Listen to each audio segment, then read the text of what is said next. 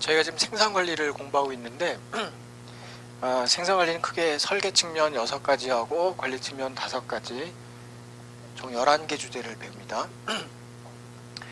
설계 첫 출발점은 제품을 설계하는 것이고 또 어떤 제품을 생산할지가 결정되면 거기에 맞는 공정 설계로 넘어갑니다. 물론 순서는 있는 거지만 대개 예비 제품 설계하면서 예비 공정 설계를 동시에 하고 그 다음에 최종 제품 설계하면서 최종 공정 설계를 동시에 하는 것은 그 동시 작업이 시간 면에서 아니면 뭐 시행착오 면에서 유리하기 때문에 대개는 동시 작업을 진행하는 경우가 많습니다. 그러다 순서는 있긴 있는 거예요. 제품이 컨셉이 잡혀야 거기에 맞게 공정이 선택되는 거예요. 그래서 이 공정 설계로 들어와서 공정 설계 정의가 첫째 줄에 나오는데 그 첫째 줄을 읽어보시면 설계된 제품을 이렇게 시작합니다. 설계된 제품. 그 말은 뭐냐면 순서가 있다는 거예요.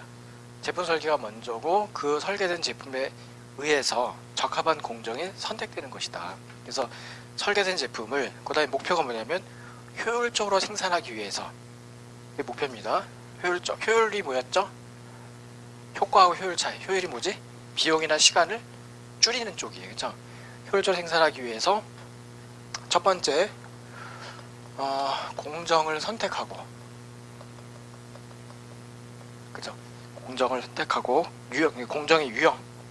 공정의 유형을 결정하고, 공정이란 말을 빼버리고 공정의 유형을 결정하고, 그 다음에 흐름을 분석하고, 그 다음에 설비를 선정한다. 이렇게 돼 있어요. 유형 결정, 흐름 분석, 그 다음에 설비 선정 이렇게 돼 있어요. 그렇죠? 경영학은 흐름만 잘 이해하시면 외울 게 하나도 없어요. 당연한 얘기하고 있는. 여기서 설비 선정이 끝나면 어디로 갈 거냐면 설비 배치로 갈 거예요. 설비 선정이 끝나면 그 선정된 설비를 배치하는 거예요. 그죠? 배치도 이제 오늘 아마 할 수 있을 것 같기도 한데 어쨌든 요 전체 흐름을 이렇게 알고 계시면 도움이 됩니다. 자, 그러면 유형 결정이 중요한데요. 이 유형은, 생산 공정의 유형은 굵게 쪼개면 두 가지, 잘게 쪼개면 4가지로 쪼갤 수가 있어요. 이분법도 있고 4분법도 있어요. 근데 이분법이 더 중요해요. 둘로 쪼개는 거. 그러니까 생산 공정 유형은 둘밖에 없다. 하나가 뭐다? 하나는 단속 생산이고 하나는 연속 생산이다. 단속 대 연속 둘밖에 없다. 이렇게 이해하시고 나서 자, 그럼 단속 행사는 뭐냐? 그러면 단속 행사는 요거는 주문 생산이다. 주문된 제품을 주문에서 요구된 대로 생산하는 방식을 말하고, 요거는 시장 생산을 말합니다. 연속 생산은 시장 생산 말하고, 이 위에 단속 행사, 주문 생산은 주문된 제품을 생산하기 때문에 고객이 주문하는 제품이 다 같을까요? 다를까요? 고객별로 다 달라요. 그래서 고객별로 다른 제품을 만들기 때문에 여기는 개별 생산이 됩니다. 각 주문별로 개별적 생산이 되는데, 여기는 그 시장 생산이라고 뭐냐면은 시장에서 크게 2가지를 예측을 한 다음에 그 예측된 제품을 생산하는 거예요. 2가지를 예측하는데 그 중에 뭘 예측하냐면은 어떤 제품을 몇 개 생산할까, 이걸 먼저 예측합니다. 어떤 제품, 그러면 좀 기니까 그냥 제품을 몇 개는 수요를 예측하는 거예요. 제품 예측, 가장 잘 팔릴 만한 제품을 예측하고 그 제품에 대한 수요를 예측해서 예측된 제품, 예측된 수요를 한꺼번에 왕창 생산합니다. 전체 생산. 가장 잘 팔릴 것 같은 대표적 제품을 예측을 하죠. 생산량, 그러니까 판매량 같은 경우도 예측을 합니다. 그래서 그거를 한꺼번에 생산합니다. 여기는 주문 들어오면 생산하지만 여기는 예측 생산.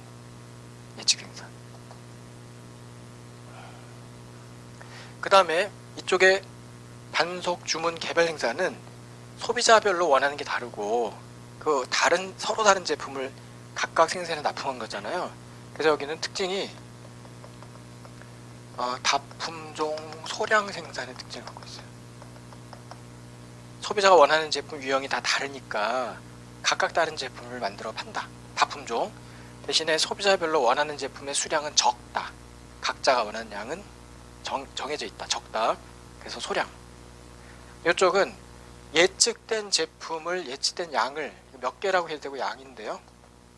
예측된 제품 예측된 양을 한꺼번에 왕창 생산하잖아요. 그래서 가장 대표성 있는 잘 팔릴 것 같은 적은 품종 또는 단일 품종의 제품을 다량 생산하는 특징을 갖고 있어요. 다량 생산. 그럼 이제 우리가 똑같은 제품을 다량 생산하면은 원가 절감 효과가 있어요. 원가 절감. 그걸 이제 뭐라고 그러냐면은 규모의 경제라고 하는. 똑같은 제품을 대량 생산해서 원가가 절감되는 거. 그래서 원가나 가격이 절감되는 효과. 이걸 우리가 규모의 경제라고 부르게 되는 거예요. 반면에 이쪽은 그 양은 적지만 품종이 다양해져요. 다양한 품종을 생산할 수 있는 력. 그걸 뭐라고 부르냐면은 범위의 경제라고 합니다. 범위의 경제가 목표면서 달성되는 거예요. 그렇게 구분할 수가 있어요. 이분법이 더 중요합니다. 객관식은 상반된 두 개 점만 잘 비교하시면 돼요. 이 둘이 중요하고요. 그러면 요거는 회사 이제 우리가 아시겠지만은 생산 전략은 그 위에 사업부 전략이나 기업 전략에 영향을 받습니다. 그렇죠? 그럼 이제 생산 전략에서 우리가 연속 생산 유형을 결정한다면 어떤 전략을 선택하는 회사가 유리하겠어요? 원가 우위 전략. 저쪽은 차별화 전략. 이쪽은 차별화를 택한 회사가 선택하면 좋은 전략이고 좋은 생산 유형이고, 이쪽은 원가 우위를 택한 회사가 택하면 좋은 생산 유형이겠죠. 큰 연결관계, 링크 관계를 보시면, 자, 이쪽은 배치 방식이 공정별 배치고, 이쪽은 제품별 배치.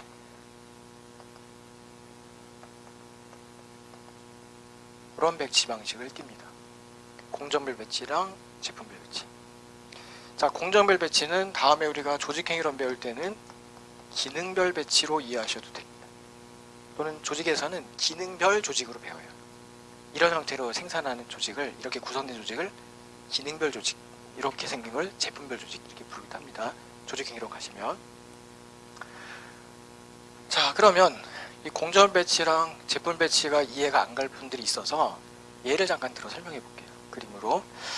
자, 공정 배치라는 건, 공정이 뭐냐면 그냥 기능으로 이해하면 좋겠다는 뜻인데, 우리 회사가 어떤 제품을 생산하기 위해서 필요한 기능이 4개가 있다고 칠게요. A, B, C, D. A 기능은 예를 들어서 절단 기능,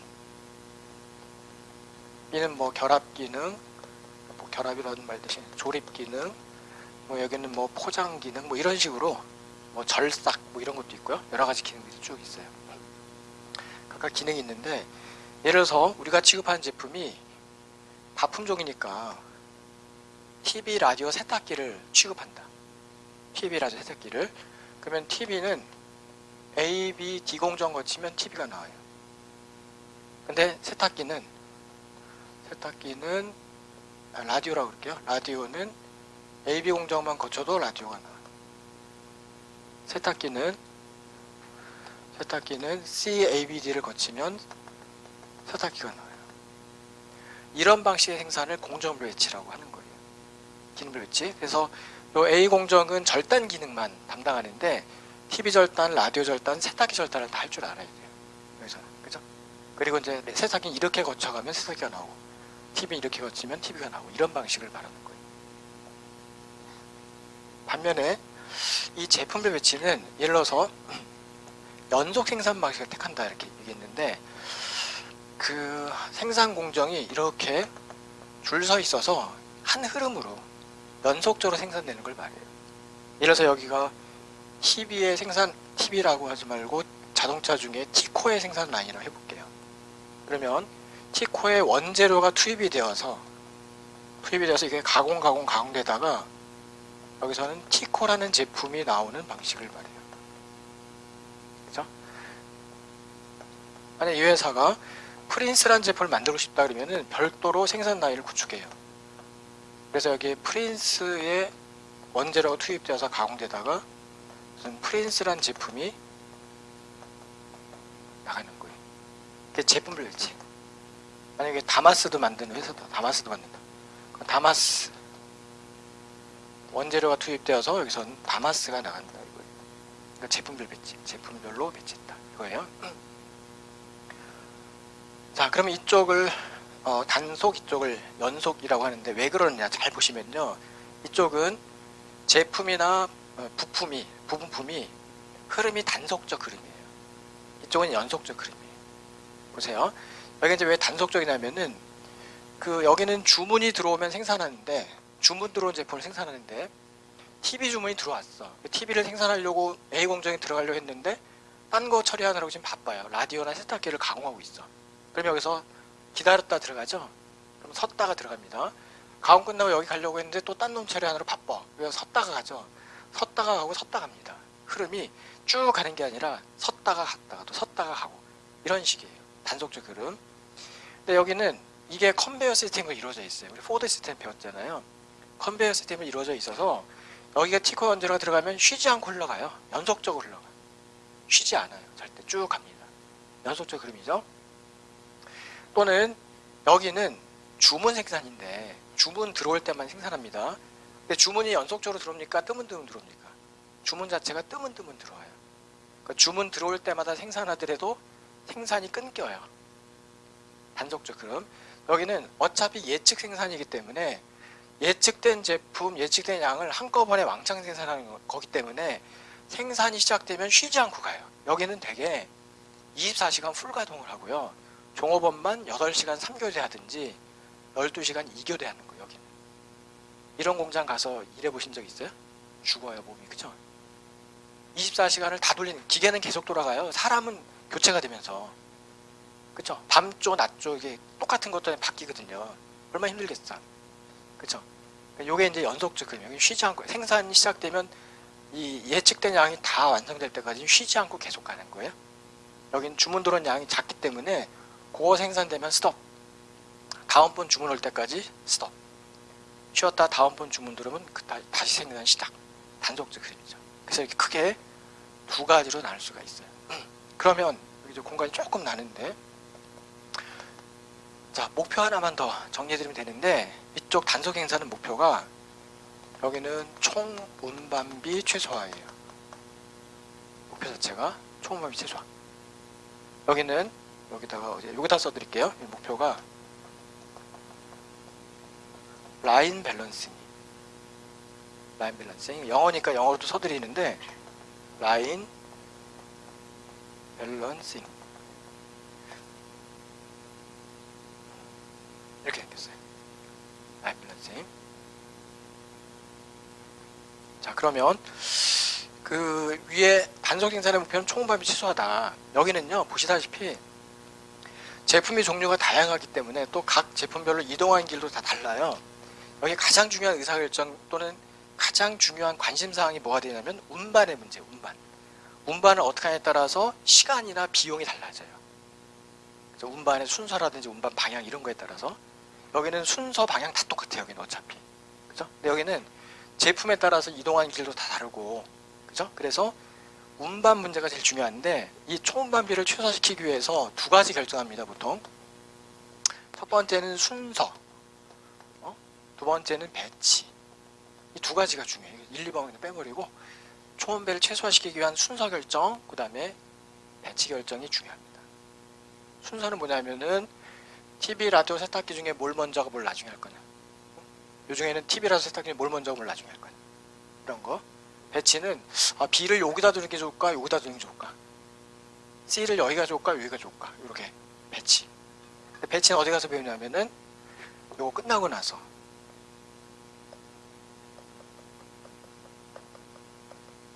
여기 가서 배울 거예요. 끝나고 나서. 그죠? 어찌됐건 우리가 여기는 총발 최소화가 목표고 여기는 라인 밸런싱이 목표인데 라인 밸런스가 또 뭐냐면 이런 거예요. 예를 들어서 티코가 원재료가 하루에 10개가 투입이 가능하다. 하루당 10개가 투입 가능하고 각 공정이 10개씩 처리 능력을 갖고 있어요. 다 10개씩. 그런데 이 중에 한 공정이 얘가 5개 처리 능력밖에 못 갖고 있어. 쭉 다 10개인데 얘만 혼자서. 그럼 결국 티코는 하루에 몇 대가 나오죠? 5대밖에 안 나와. 왜냐면 얘가 하루에 5대밖에 처리를 못하니까. 그러니까 딴 애들이 다 10대 처리 능력을 갖고 있어도 얘가 혼자 5대를 처리할 수밖에 없다면 5대밖에 안 나와요. 그럴 때 우리는 얘를 뭐라고 부르냐면 얘를 병목이라고 불러요. 병목. 영어로는 바틀렉이에요. 바틀렉. 병목이 부릅니다. 자, 그러면 아무리 여기서 생산력을 얘가 만약에 20개, 뭐 15개 이렇게 갖고 있어도 얘 때문에 5개밖에 생산이 안 되는 거예요. 그죠? 그럼 가장 효율적 생산이 되려면 어떻게 해야 되느냐 하면은 얘가 10개 처리 능력을 갖고 있도록 여기다가 사람을 더 우수한 사람을 투입하든지 더 좋은 기계를 배치해 주든지. 그래서 10개, 얘도 10개 처리 능력을 갖게 되면 여기가 하루에 10대씩 나올 수 있게 되죠. 그걸 뭐라고 그러냐면은 이 라인이 밸런스가 맞았다 이렇게 얘기하는 거예요. 밸런스. 이게 들쑥날쑥한 게 아니라 일정하다. 이 라인 전체가 하루당 생산 능력이 똑같다. 라인 밸런싱 이렇게 얘기하는 거예요. 됐죠? 지금 엄청 중요한 얘기하고 있어요. 생산관리는 저기 11개 주제를 배운다 그랬는데 11개 주제가 이 두 가지의 이분법적 흐름을 갖고 계속 적용하고 있어요. 좀 이따가 설비 배치도 두 가지. 이거하고 이거. 그죠? 그 뒤에 배우는 거 다 이 두 가지 접근법 있어요. 그 정도의 중요한 기준이에요. 이분법이 제일 중요하다. 그래서 단속 대 연속 구분 할 줄 아시면 됩니다. 그래서 이 라인이 아까처럼 이렇게 가다가 이렇게 가면은 밸런싱이 안 된 거예요. 여기 10개인데 여기 5개. 그래서 이렇게 일정하게 이렇게 여기를 높여줘야 돼. 이렇게 10개가 되도록. 그죠? 그게 라인 밸런싱이라고 하는 거예요. 화살표는 필요 없고 이 정도 라인이 이렇게 밸런스가 돼야 돼요. 이렇게 됐고. 자, 그러면 그 공정 설계 유형은 두 가지로 나눌 수도 있고 네 가지로 나눌 수 있다고 그랬어요. 굵게 쪼개면 두 가지, 잘게 쪼개면 네 가지인데 네 가지로 쪼갤 때는 요 둘의 중간 성격의 생산 방식이 하나 더 존재하게 되고요. 넷으로 쪼개게 되면 그 다음에 얘보다 극단적인 생산 방식 하나가 더 존재해요. 그럼 네 개가 돼요. 둘의 중간 섞은 개념, 그 다음에 얘보다 좀 극단적인 생산 방식 네 개가 될 수 있어요. 자, 그러면 이 중에 이 둘의 중간 성격 갖고 있는 생산 방식을 뭐라고 부를 거냐? 요거를 로트 생산이라고 하죠. 로트는 영어로 쓰면 이제 LOT 이렇게 되는데요. 이 로트란 말이 어려우니까 좀 쉽게 표현하면은 요거는 묶음 생산 또는 꾸러미 생산, 영어로는 배치 생산 이렇게 표현하기도 합니다. 로트 생산, 묶음 생산, 꾸러미 생산, 배치 생산. 또 일부 책은 한글로 그냥 배치 생산 이렇게 쓴 책이 있어서 배치하고 오해할 수가 있는데, 그래서 어떤 책은 배취 생산 이렇게 쓴 책도 있어요. 이게 더 좋은 방법 같아. 한글 같지는 않지만 영어로 쓰는 게 제일 좋고, 배치라고 해석을 해가지고 이상하게 얘랑 오해하게 하는 책들이 있어요. 배취 생산 또는 배치 생산.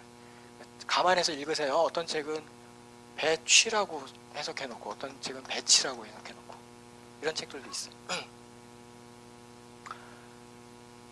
자, 그 다음에 이 개별 생산의 극단적 형태를 뭐라고 하냐면은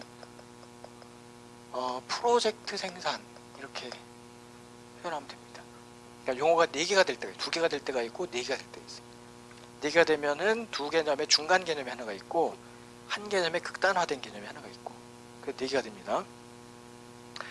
그럼 이제 로트 생산은 예를 들 때, 얘를 이해시켜 예를 들면은 얘는 도자기 생산을 예를 드는 게 제일 쉬워요. 도자기 생산. 그 다음에 저 위에 있는 프로젝트 생산은 대형 건설공사 예를 들면 좋아요. 대형 건설공사. 이거는 도자기. 그럼 요 도자기부터 한번 예를 들어 볼게요. 그러니까 도자기 어떻게 생산하는지 아세요? 옛날 전통 방식으로 생산한다고 하면 가마에서 불을 떼갖고 생산합니다. 진흙을 이렇게 빚어가지고 모양을 만든 다음에 가마에다 넣어서 불을 떼우죠. 근데 전통 방식은 초벌구이 며칠간 막 떼우고요. 3,000도가 4,000도로 올려서 떼우고 잠깐 쉬었다가 다시 재벌구이를 해요. 더 높여가지고 며칠간. 그죠? 그래서 그게 쉽지는 않죠, 작업이. 그래서 이제 보통 옛날 사람들은 거의 제사 지내듯이 아주 뭐 마음을 청결하게 해가지고, 그쵸? 목욕제게 하고, 그리고 이제 아주 성의껏 이제 생산을 합니다. 거의 한 달 이상 걸려요. 기간이. 그죠? 그렇게 이제 복잡한 작업인데, 자, 그러면 도자기는 가마에서 불을 때 생산하는데 그렇게 복잡한 작업이다 보니까 우리가 옛날에 그 고려 청자를 만들던 기술이 지금 우리가 전수가 안 돼요. 단절됐잖아요. 그래서 어려우니까. 그죠? 그렇게 복잡한 과정을 거쳐서 도자기가 나오는데, 그러면 가마에서 불을 떼서 도자기를 만드는데 그 가마에 물건을 한 개 달랑 넣고 불을 뗄까요? 아니면 최대한 많이 만들기 위해서 그 가마 저 구석 끝에서 또 차곡차곡 싸갖고 거의 입구 근처까지 싸고, 입구는 이렇게 진흙으로 딱 바릅니다. 그죠? 그래서 이제 최대한 많이 생산하려고 할까요? 어떻게 할 것 같으세요? 한 달 이상 걸려. 중간에 뭐 초벌구이 며칠 하고 쉬었다가 또 제사도 지내고 또 재벌구이 며칠 하고 이렇게 가거든요. 그러면 물건 가마에다 한 개 달랑 넣고 뗄까요? 최대한 많이 넣고 뗄까요? 최대한 많이 넣고 뗍니다. 그래서 다품종 소량 대신에 여기가 요거보다 많은 중량 생산이 돼요. 중량 생산이 되고, 또 하나는 우리가 가마에 그 도자기를 집어넣고 불을 떼서 도자기를 만드는데 그 도자기가 다 똑같을까요? 아니면 다 다를까요? 생긴 게 크기 모양 이런 게 다 다르죠. 똑같이 진흙으로 빚기만 하면 돼. 그래서 화병도 큰 거 작은 거 숟가락 젓가락 다 될 수 있어요. 밥그릇도 다 되고. 그죠? 그래서 종류가 얘보다 많겠어요, 적겠어요? 얘보다 많아요. 그래서 공간이 조금 부족한데 중품종, 얘보다 좀 품종이 많아서 중품종 죽장 생산 이런 특징 갖고 있어요. 그러니까 중간 성격이죠. 얘보다는 품종이 많아지고 얘보다는 양이 많아져서 중품종 중량. 도자기 생산, 도자기 그 가마에 최대한 저 구석부터 차곡차곡 쌓고 최대한 많이 생산하면서 그 들어간 모양이 다 다를 수가 있어요. 큰 거 작은 거, 그렇죠? 이 집에 보낼 거 저 집에 보낼 거 이렇게 다 다르게 나왔대. 요즘 머그잔 같은 거, 그렇죠? 머그잔에도 뭐 이렇게 겉에다가 뭐 디자인 넣어갖고 할 수도 있잖아요, 그렇죠? 그렇게 해서 이제 다양한 물건을 중량 사이즈로 해서 생산할 수가 있다. 이게 특징이에요. 반면에 저 꼭대기에 프로젝트 생산이라, 앞으로 이제 경영에서 프로젝트라는 말을 진짜 많이 만날 거예요. 아까 우리가 앞에서 TF팀, 프로젝트팀, 프로젝트 한번 나온 적 있었어요. TF팀, 프로젝트팀.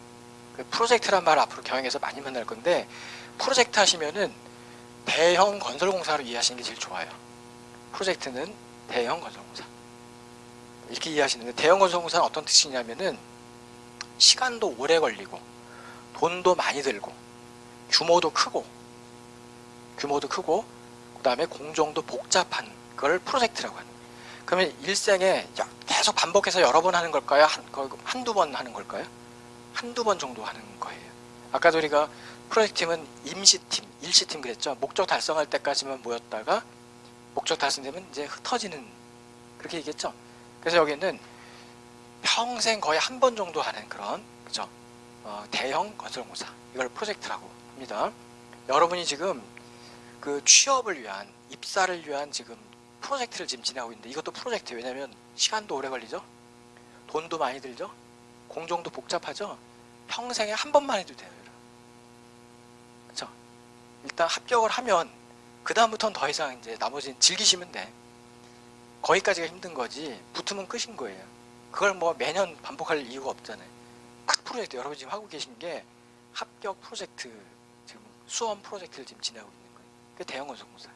그러면 대형 건설공사는 약간 추상적이니까 건물이나 교량 작은 거 말고요, 한 3층짜리 이런 거 말고 뭐 100층짜리, 뭐 150층짜리 이렇게 큰 거, 뭐 큰 다리, 한강대교 뭐 이런 거라고 생각하시면 돼요. 자, 그러면 이런 물건을 생산하는 거 프로젝트 생산인데, 얘는 특징이 어떻게 되어 있냐면은 건물이나 교량 같은 거 생산하실 때 매번 생산된 제품이 매번 같을까요? 매번 다를까요? 매번 달라요. 전 세계 어떤 건물도 어떤 교량도 똑같은 건 하나도 없어요. 다 달라. 그러니까 그 시대의 기술, 그 지리적 위치, 요구되는 기능 이런 거에 따라서 각각 다른 물건이 만들어지지 똑같은 물건이 만들어진 예는 없어요. 뭐 쌍둥이 빌딩 같은 거 있지 않느냐? 그건 일부러 같게 만든 거예요. 두 개가 한 몸이에요. 그러면서 그런 건 없어 전 세상에. 그렇죠? 다리도 마찬가지고. 그러면 얘보다 극단적 다품종이에요. 극단적 다품종. 품종 자체가 같은 게 한 개도 없어. 완전 새로워. 할 때마다. 그게 프로젝트의 특징이에요. 그렇죠? 또 하나는 그 양이 한 번에 여러 개 만들 수 있을까요? 아니면 한 번에 한 개밖에 못 만들까요? 되게. 한 번에 한 개밖에 못 만들어요. 그죠? 여러분 상상하실지 모르겠지만 요즘엔 강남에 큰 건물 한 채 지면요. 금액이 얼마 되면 1조가 돼. 1조. 건물 하나 만드는데. 그죠? 조 단위로도 요즘엔요. 그렇기 때문에 한 번에 뭐 여러 개 만들 그런 건 불가능합니다. 그래서 특징이 뭐가 있냐면 극단적 소량이에요. 그런 걸 우리는 프로젝트라고 하는 거예요. 우리도 일생에 취업을 위한 프로젝트는 단 한 번만 성공하시면 돼요. 한 번만. 두 번 하실 필요 없어요. 이번에 성공하시면 돼. 이번에. 그쵸? 딱 한 번, 한 개. 늘 새로. 우리가 앞으로, 과거에 어떤 인생 살았는지 중요하지 않아요. 그냥 요번에 요것만, 요 프로젝트만 성공시키면 돼요. 그게 이 극단적 다품종, 극단적 소량의 특징이 됩니다. 얘보다 더 극단적이다. 이 정도로 이해하시면 되는 거예요. 그게 프로젝트입니다. 자, 그러면 우리가 나중에 배울 건데 이런 극단적 다품종, 극단적 소량 프로젝트 생산은 어떤 배치 방식을 끼느냐 그러면은 위치 고정형 배치를 합니다. 위치 고정형 배치. 이거 다음 챕터에서 배울 개념을 미리 땡겨서 알려드리는 거예요. 위치 고정형 배치. 그럼 무엇의 위치가 고정되어 있느냐? 제품 위치가 고정된 거예요. 제품 위치가. 이런 건 보시면은 기계는 가만히 있고 물건이 움직이잖아요. 기계는 가만히 있고 물건이 움직이잖아요. 여기는 특징이 물건은 가만히 있고 기계가 움직여요. 우리가 건물을 어디서 만들어다가 가져가 이렇게 할 수가 없어요. 그 자리에서 건물을 만들고 거기서 소비하는 거예요. 위치가 고정돼 있어. 물론 이동하는 게 가끔 있어. 예를 들어서 여기에 해당하는 게 이제 그 대형 선박이라든지 항공기 큰 거, 그죠? 그런 것들도 여기에 해당하는 거거든요. 그래서 이동을 하긴 하지. 그렇지만 대개는 이제 건물 교량으로 생각하는 게 더 좋기 때문에 거의 위치가 고정돼요. 물건 만들 때까지는 가만히 있어요. 그 자리에서 완성될 때까지 그대로 고정돼 있죠. 그런 게 위치 고정 배치를 표현하는 개념. 됐고, 자, 그 다음에 이 표가 워낙 중요한데 그러면은 한두 개 개념만 더 소개하고 책으로 들어갈 거예요. 우리가 요 둘을 섞은 개념으로 조립생산이라는 개념도 있어요. 조립생산. 그것도 하나 더 소개해 볼게요. 조립생산. 자, 위에 주문 생산과 아래 시장 생산을 결합한 개념이다. 이렇게 말씀드렸는데 어떻게 다르냐 그러면요. 주문 생산은 생산이라는 행동을 언제 하죠? 그러면은 주문 후에 합니다. 주문을 받고 나서 주문된 사양대로, 스펙대로 물건을 만들어서 납품하기 때문에 생산 행동을 주문 후에 합니다. 얘는 생산을 언제 하죠? 얘는 언제 하냐면 주문 전에 합니다. 예측해서 이제 지어졌는데 주문과 관계없이 예측을 합니다. 어떤 제품이 제일 잘 팔릴까? 그 제품 몇 개 팔릴까? 두 개를 다 예측한 다음에 그걸 한꺼번에 생산하는 거예요. 그래서 규모 경제가 생겨서 원가 경쟁력이 생기는 거예요. 그죠? 그러니까 얘는 주문 전에 생산합니다. 근데 얘는 언제 생산하느냐? 조립 생산은 자, 주문 전에는 반제품까지 생산해 놓고 주문 후에는 완제품을 생산하는 것을 말해요. 주문 전에는 반제품까지, 주문 후에는 완제품. 그래서 이거를 이해시켜 드리기 위해서 제가 어떤 예를 들까 고민하다가 분식점에서 여러분이 가가지고 만둣국, 군만두, 찐만두 이런 걸 시켰다고 해볼게요. 그러면 이제 만둣국 주세요 이랬을 때 예스 그런 다음에 들어가서 주방에서 만두를 빚고 있다. 그럼 너무 오래 걸리고 말이 안 돼요. 그렇죠? 그래서 만두는 미리 만들어 놓고 주문이 들어와서 군만두 주세요 그러면 구워서 주고, 찐만두 주세요 그러면 쪄서 주고, 만두국 주세요 그러면 삶아서 주고, 그럼 되거든요. 그러니까 반제품은 미리 만들어 놓고, 주문 전에 미리 만들어 놓고, 완제품은 주문 후에 조립해서 내보내는 방식도 있다. 근데 얘는 이 둘의 중간 성격이다. 얘는 주문 전에 생산 완료, 아니 주문 후에 생산, 얘는 주문 전에 생산 완료, 얘는 주문 전에는 반제품까지만, 주문 후에 완제품. 그러니까 중간 성격이죠. 그러면 중간임을 여기다 쓰면 될 때 왜 여기다 쓰느냐? 중간이니까 여기다 써도 될 건데 여기다 쓰면 어떤 오해가 있냐면은 괜히 얘랑 같은 거 아니냐 이렇게 생각할까봐. 오해하시면 안 됩니다. 조립 생산하고 로트 생산이 같은 거예요, 다른 거예요? 완전 다른 거예요. 얘는 행동하는 그 타이밍을 갖고 구분한 거예요. 그죠? 얘는 다품종이냐 중품종이냐 뭐 소품종 이런 거 갖고 구분하는 거예요. 그러니까 여기다 쓰면 오해의 소지가 있어. 같을까봐. 그래서 여기다 밑에다 쓴 거예요. 그 이제 집에 가서 복습하실 때는 조금 정리할 게 좀 많아져요. 제가 지웠던 것도 있었으니까 그것까지 감안해서 이렇게 정리하시면 됩니다. 여기서 한 문제. 이거는 여기서뿐만 아니라 생산관리 전체에 계속 적용되는 기본 이분법적 구조예요. 그래서 우리가 설계할 때도 단속으로 해서 설계할 거냐 연속으로 설계할 거냐, 관리할 때도 단속적으로 해서 관리하는 방식, 연속적으로 관리하는 방식, 이런 것들이 다 달라진다. 그래서 요 큰 틀을 이해하시는 것이 매우 중요합니다. 자, 그럼 여기까지를 책으로 한번 볼게요. 그 책을 보시면은 첫째 페이지인데 정의가 먼저 나왔었어요.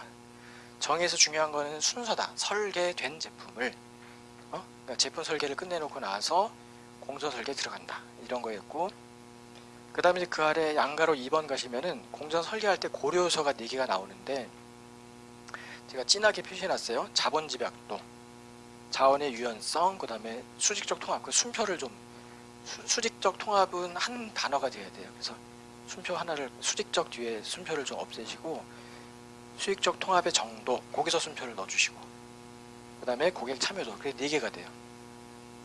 자본 집약도, 자원의 유연성, 수익적 통합 정도, 고객 참여도, 여기 4개가 돼요. 요거에 따라서 설계를 우리가 하는데, 이제 그 아래 그림 잠깐 보시면, 그 X축의 생산량이 왼쪽이 적다, 오른쪽이 많다. 왼쪽이 적다, 오른쪽이 많다. 그다음에 Y축에 A2하고 B2 이렇게 그냥 구분했는데, 그 A2에 가서 보시면 프로젝트 공정 써 있고요. 공정 중심 전략이란 말이 나와요. 좌상에 우하로 가시면은 연속 생산 써 있고 거기에 제품 중심이라고 써 있어요. 그래서 잠깐 그림으로 보여드리면은 여기하고 여기를 제가 얘기했어요. 여기가 공정 중심, 여기가 제품 중심 이렇게 돼 있어요. 그러면서 여기를 단속처럼, 여기를 연속처럼 이해하시면 돼요. 여기 연속이라는 것도 써 있지만 여기는 프로젝트라고 써 있지만, 그쵸? 프로젝트 써 있지만 여기를 단속처럼 이분법으로 하면 얘네들이 거의 같은 편이에요.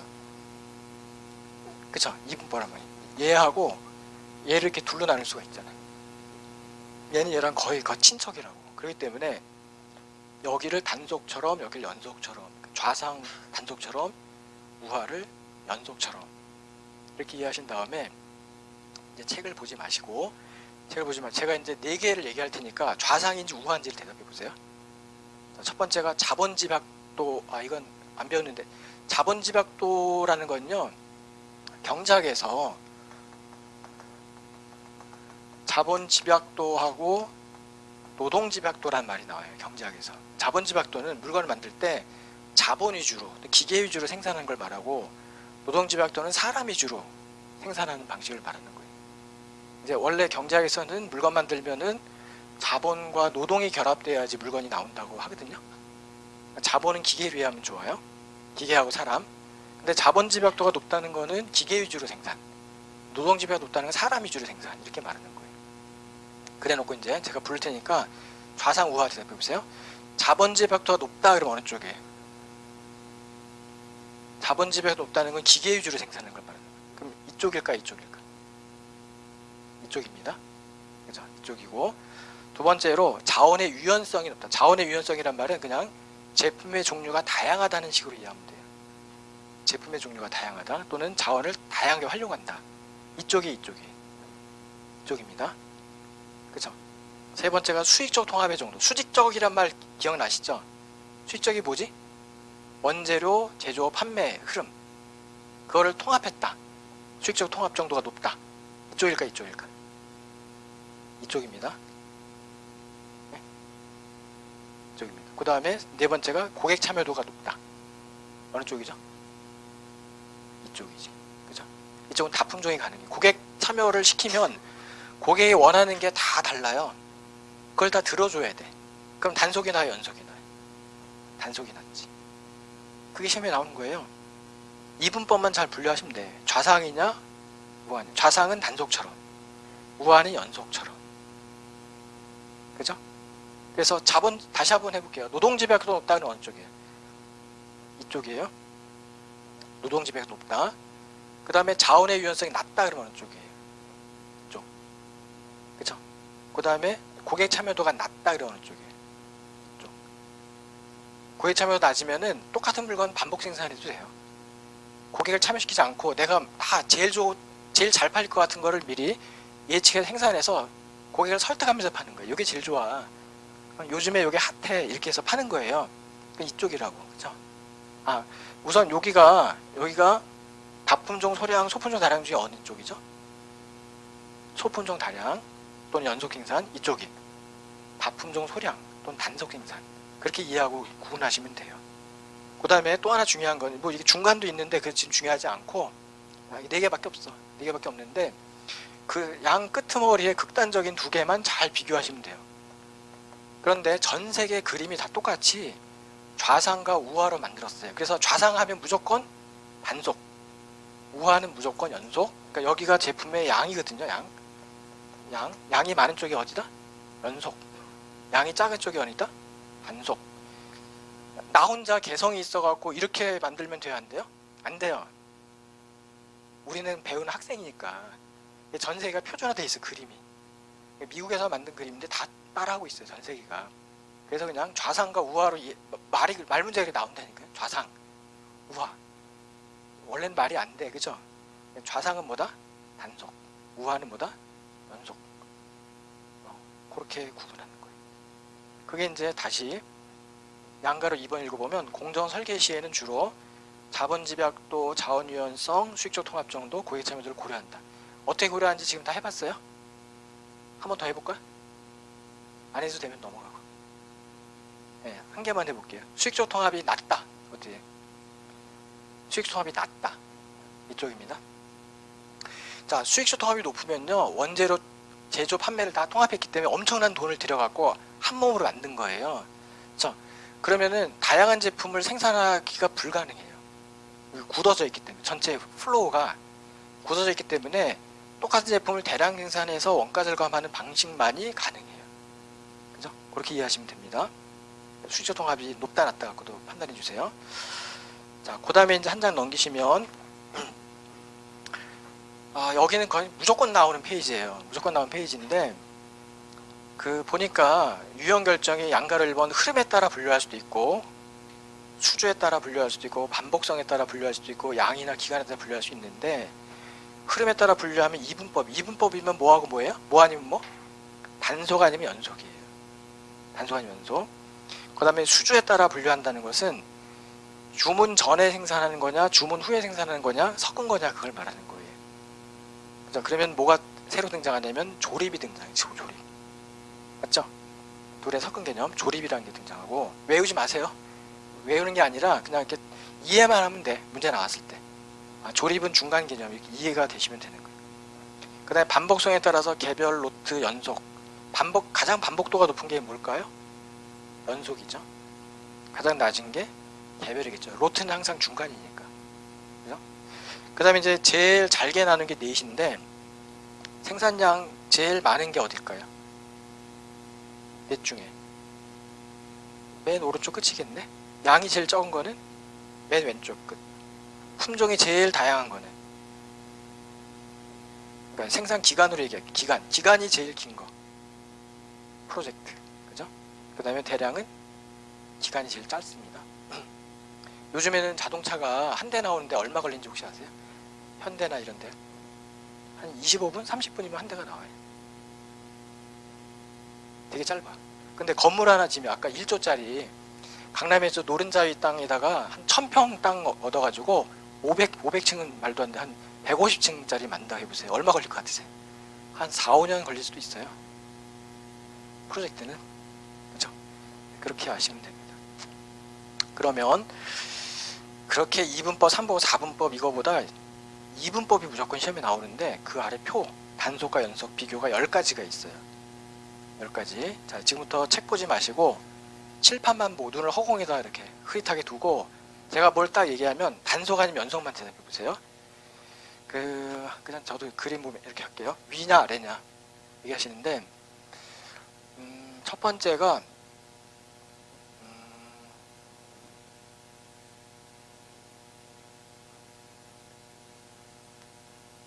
뭐부터 할까? 일반 기계설비가 일반 목적용 기계설비하고 특수 목적용 기계설비 둘로 나눌 수가 있어요. 일반 기계 자체가 일반 목적용 기계, 특수 목적용 기계 나눌 수가 있어. 자, 어디가 일반 목적용이고 어디가 특수 목적용일까? 기계가. 일반 목적용 기계가 어느 쪽일까? 입니다. 여기는 이 기계가 TV도 자르고 라디오도 자르고 세탁기도 자를 수 있어요. 이 기계는. 목적 자체가 일반 목적용 기계고 여기 있는 얘가 절단이라고 하면 이 기계는 티코만을 자를 수 있어요. 특수 목적용 기계. 그죠? 일반 목적용 기계 설비, 특수 목적용 기계 설비. 일반 목적용 기계 설비를 범용 설비라고 하고 특수 목적용 기계 설비를 전용 설비라고 합니다. 한자어로 만들면 범용 설비, 전용 설비. 이렇게 구분하는 게 하나가 있고 기계를 먼저 구분해 봤어요. 두 번째로 제품의 가격. 어디가 비쌀까? 그 전에 기계 가격부터 할게요. 투자비가 어디가 많을까? 이쪽과 이쪽 중에 기계 가격 어디가 비쌀까? 아래가 비쌉니다. 왜냐하면 이 기계는 일반 목적용 기계니까 아무 데서나 쉽게 살 수 있는 기계예요. 일반 목적용 기계니까. 이건 특수 목적용 기계이기 때문에 이 기계는 아무도 안 팔아요. 티코만을 위한 절단기를 누가 팔겠어? 이런 기계는 어떻게 조달하죠? 직접 제작하거나 주문해서 조달해야 돼. 어디가 비싸? 기계값이 어디가 비싸요? 아래가 더 비싸죠? 여기는 기계값이 싸고 여기는 기계값이 비쌉니다. 그걸 투자비라고 얘기하면 투자비. 초기 투자가 어디가 많이 드냐? 여기가 많이 들고 적게 들어요. 그러면 제품의 가격은 어디가 비쌀까? 근데 위가 비싸. 기계값은 여기가 훨씬 비싸지만 여기는 대량 생산해갖고 규모의 경제를 통해서 원가가 절감되는 장점이 있어요. 아무리 기계가 비싸도 자동차는 보통 500만 대, 1000만 대 이렇게 생산하거든요. 이거 안에서. 그럼 제품 하나당 가격은 매우 내려가. 그죠? 여기는 소량 생산이기 때문에 주문 생산, 소량 생산이니까 가격이 비쌀 수밖에 없어요. 됐죠? 그 다음에 종업원이 숙련공이 필요한 데가 있고 미숙련공도 상관없는 데가 있어요. 숙련공이 필요한 데가 어딜까? 위쪽입니다. 여기는 일반 목적용 기계하고 TV, 라디오, 세탁기를 다 작업할 수 있는 사람. 쉽게 말하면 멀티플레이어. 숙련도가 높은 사람이 필요하고 여기는 여기에 배치돼 갖고 요 똑같은 일만 반복하면 돼요. 단순한 작업만. 응?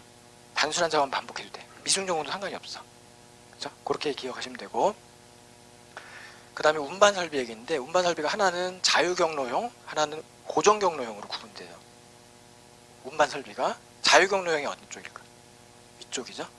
여기는요 운반 설비가 되게 이렇게 바퀴가 달려 있어서 이게 수레가 될 수도 있고 수레 아니면 자동차가 될 수도 있고 여기서 실어가지고 일로 가도 되고 일로 가도 되고 일로 가도 돼요.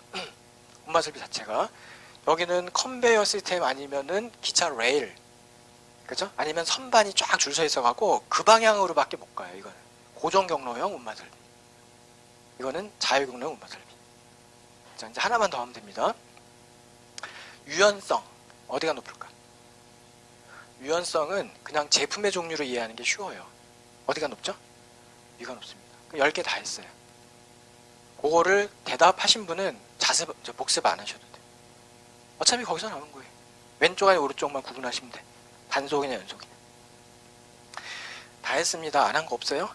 예, 그리고 나서 이제 한 장을 넘기시면 예, 둘째 시간에 하이라이트면서 그 전에 이제 제품 공정 전략도 중요하고 5번 네모 2번 유연화는 더 중요하고요. 거기까지 하고 이제 쉴 거예요. 두 가지 더 할 건데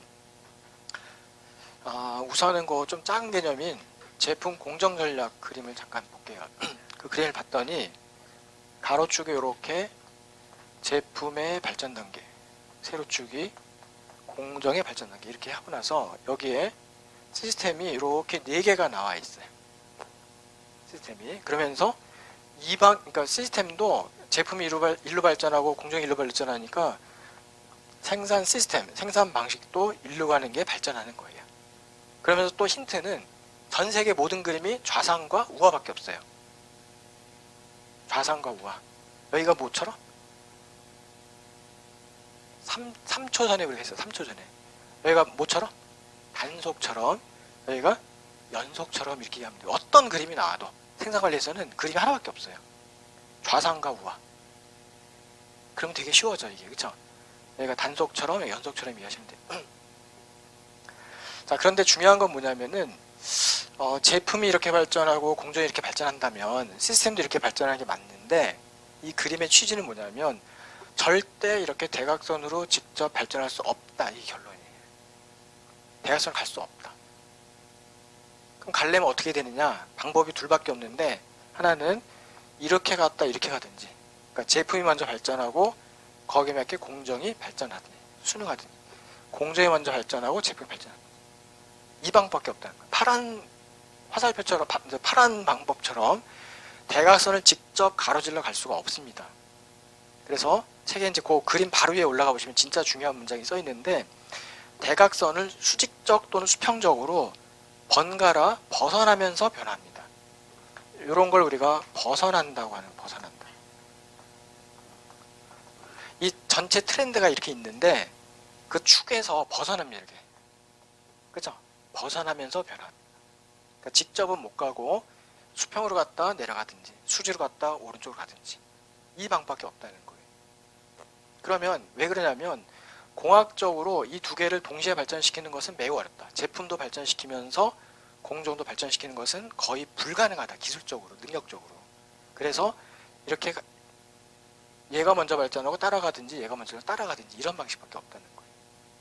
그러면 이제 기억은 하나도 안 나도 되고 우리는 경영학에서 벗어난다는 말 또는 기존 질서가 파괴된다는 말을 되게 좋은 말처럼 받아들여요. 경영학에서는. 기존 질서로부터 벗어난다 또는 기존 질서가 파괴된다는 말을 되게 좋게 보는데 이거를 두 글자로 하면 뭐죠? 경영에서 강조하는? 우리가 이제 앞에서 제가 기존의 모순을 극복한다라고 얘기했던 건데 뭐지? 혁신으로 입는 혁신. 기존 질서에 만족하고 머무르는 것이 아니라 기존 질서로부터 벗어나는 것, 기존 질서가 파괴되는 것. 그것이 혁신이기 때문에 경영에서는 그걸 좋게 봐요. 그러니까 이런 말 나왔을 때 이거 틀렸다고 하면 안 돼. 벗어난다? 뭐 파괴된다? 이런 말들을 경영에서는 이게 바로 성장하는 방법이구나. 이렇게 본다는 거예요. 그렇죠? 이런 벗어난다, 파괴된다 이런 말들을 좋게 보고 있어요.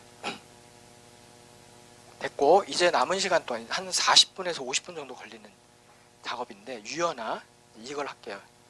무조건 나오는 거 제가 이거 별 5개 해드렸어요. 기억나세요? 생산관리가 중요한 부분이 5군데인데 그 설계 쪽에서는 얘 하나만 중요하고 유연화 그다음에 관리 쪽에서는 4개나 있었어요. 별표를 제가 5개 또는 4개 해드린 자리가 근데 여기가 별표 5개 하는 자리.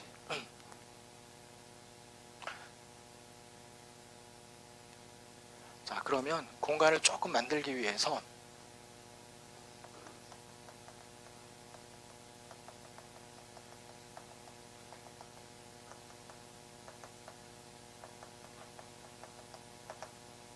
요것만 남겨놓고 다 지울게요. 다품종 소량과 소품종 소량.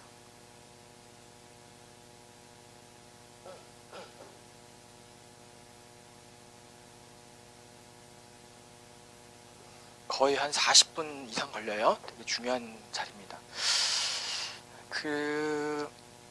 우리는 생산 방식이 딱 두 개밖에 없다면 이 두 개밖에 없어요. 다품종 소량, 단속, 소품종 다량, 연속. 두 개밖에 없다면. 극단적인 두 가지를 우리가 생각하시면서, 그럼 두 가지밖에 없는 상태에서 경영자가 어떤 생산 방식을 택할래? 그걸 경영학이랑 택하는 거거든요. 선택. 어떤 걸 택할래? 그랬더니 이걸 택한 경영자가 있을 수 있고 이걸 택한 경영자가 있을 수 있는데, 이걸 택했다면 다품종 소량 생산 방식의 장점은 뭐고 단점은 뭡니까? 장점, 다품종. 그러니까 소비자의 다양한 욕구를 충족시켜 줄 수가 있다. 그렇죠? 단점, 소량. 그런데 많이 못 판다. 그러니까 소비자마다 원하는 물건을 다 만들어 줄 수 있는데 각 소비자가 원하는 양 자체가 적다. 이걸 많이 못 판다. 단점이에요. 반면에 이걸 택한 경영자라면 소품종 다량 생산의 장점 뭐냐면은 다량 생산 통해서 규모 경제를 통해서 원가 절감, 가격 경쟁력이 생기는 게 장점인데, 단점이 뭐냐 그러면은 요게 단점이에요. 소품종. 근데 다양한 소비자 욕구들이 다양한데 그걸 다 충족시킬 수가 없어. 보편적인 대표성 있는 한 제품만 갖고 지금 이거라도 만족해 이러고 가는 거예요. 딴 건 없어. 그냥 이거밖에 없어. 이러고 가는 거예요. 그렇죠? 그러면 이거를 선택한 경영자는 요 단점, 요 장점 중에 요 장점이 더 크니까, 단점보다는 장점이 더 좋으니까 이걸 선택했을 거예요.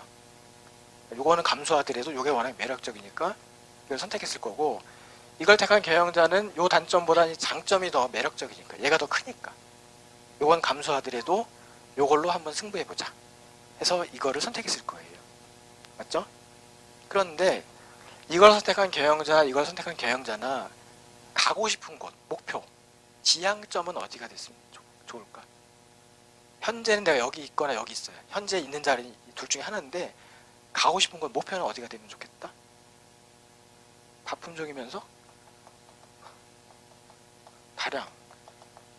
여기가 목표가 될 수밖에 없어요. 장점은 그대로 유지하면서 단점을 좀 보완하고 싶다. 그렇죠? 예를 들어서 위에 걸 선택한 사람은 요 소량 문제점을 다량화하고 싶은 목표가 있고요. 이 소품종 다량에서는 요 문제점을 좀 보완하고 싶은 목표가 생기게 돼 있어. 자연스럽게. 안 그러면 우리가 경쟁에서 버틸 수가 없거든. 그죠? 그랬을 때 이게 위에서 아래로 내려가려니 노력을 유연하라고 하시고, 아래에서 이렇게 올라가려고 하는 것도 유연하라고 이해하시면 됩니다. 그러니까 유연하란 말을 그냥 다품종 다량화 하는 것으로 이해하는 게 좋아요. 생산관리의 네 번째 목표입니다. 기억나세요? 지금 이제 지워졌는데 생산관리 목표가 4개가 있었어요. 기억나시는 분? 품질, 납기, 원가, 유연성, 네 번째 거예요. 유연화. 다품종 다량화 하고 싶다. 이거예요. 그런데 이렇게 위에서 내려온 유연화하고 아래에서 올라간 유연화가 같겠어요? 다르겠어요? 생긴 게. 유연화를 추구하고 나서 나온 생긴 모양이, 생산 시스템이 같겠어요? 다르겠어요? 완전히 다르다 이거예요. 왜 다르냐? 출발점이 다르니까. 그죠?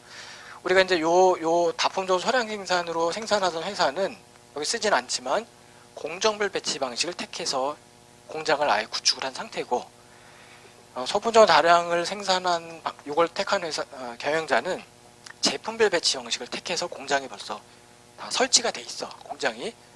근데 그걸 다 뜯어 고친다는 건 말이 돼, 안 돼요? 안 돼. 새로 뜯어 고치려면, 그걸 다 뜯어 고치려면 새로 짓는 것보다 더 힘들어요, 사실은.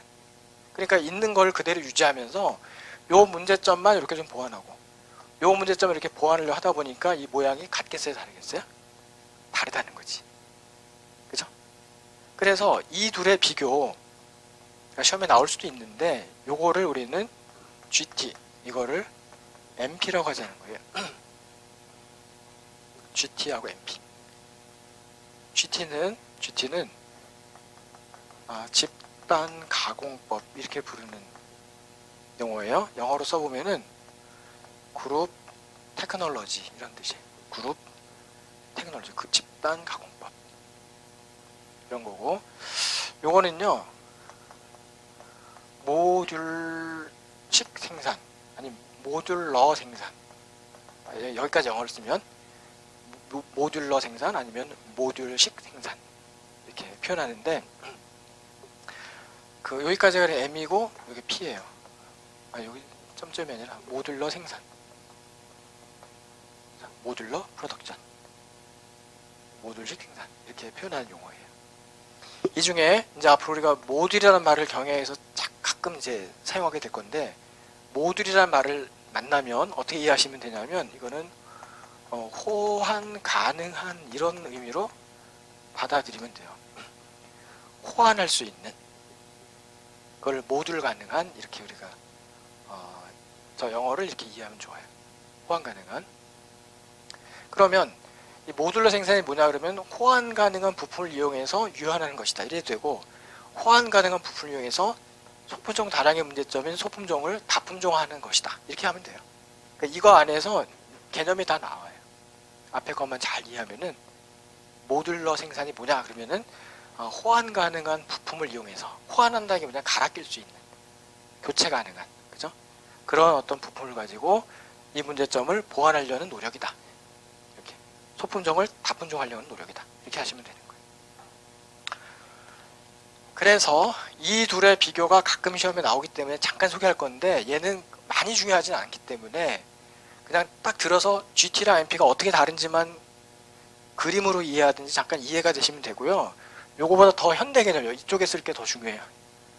요거 그냥 가볍게 보세요. 자, 예를 들어서 이걸 잠깐 설명드릴 건데 그 집단 가공법이라는 그 요런 개념은 다품종 소량을 택한 회사 그러니까 요 문제점을 보완하려고 채택한 기법이에요.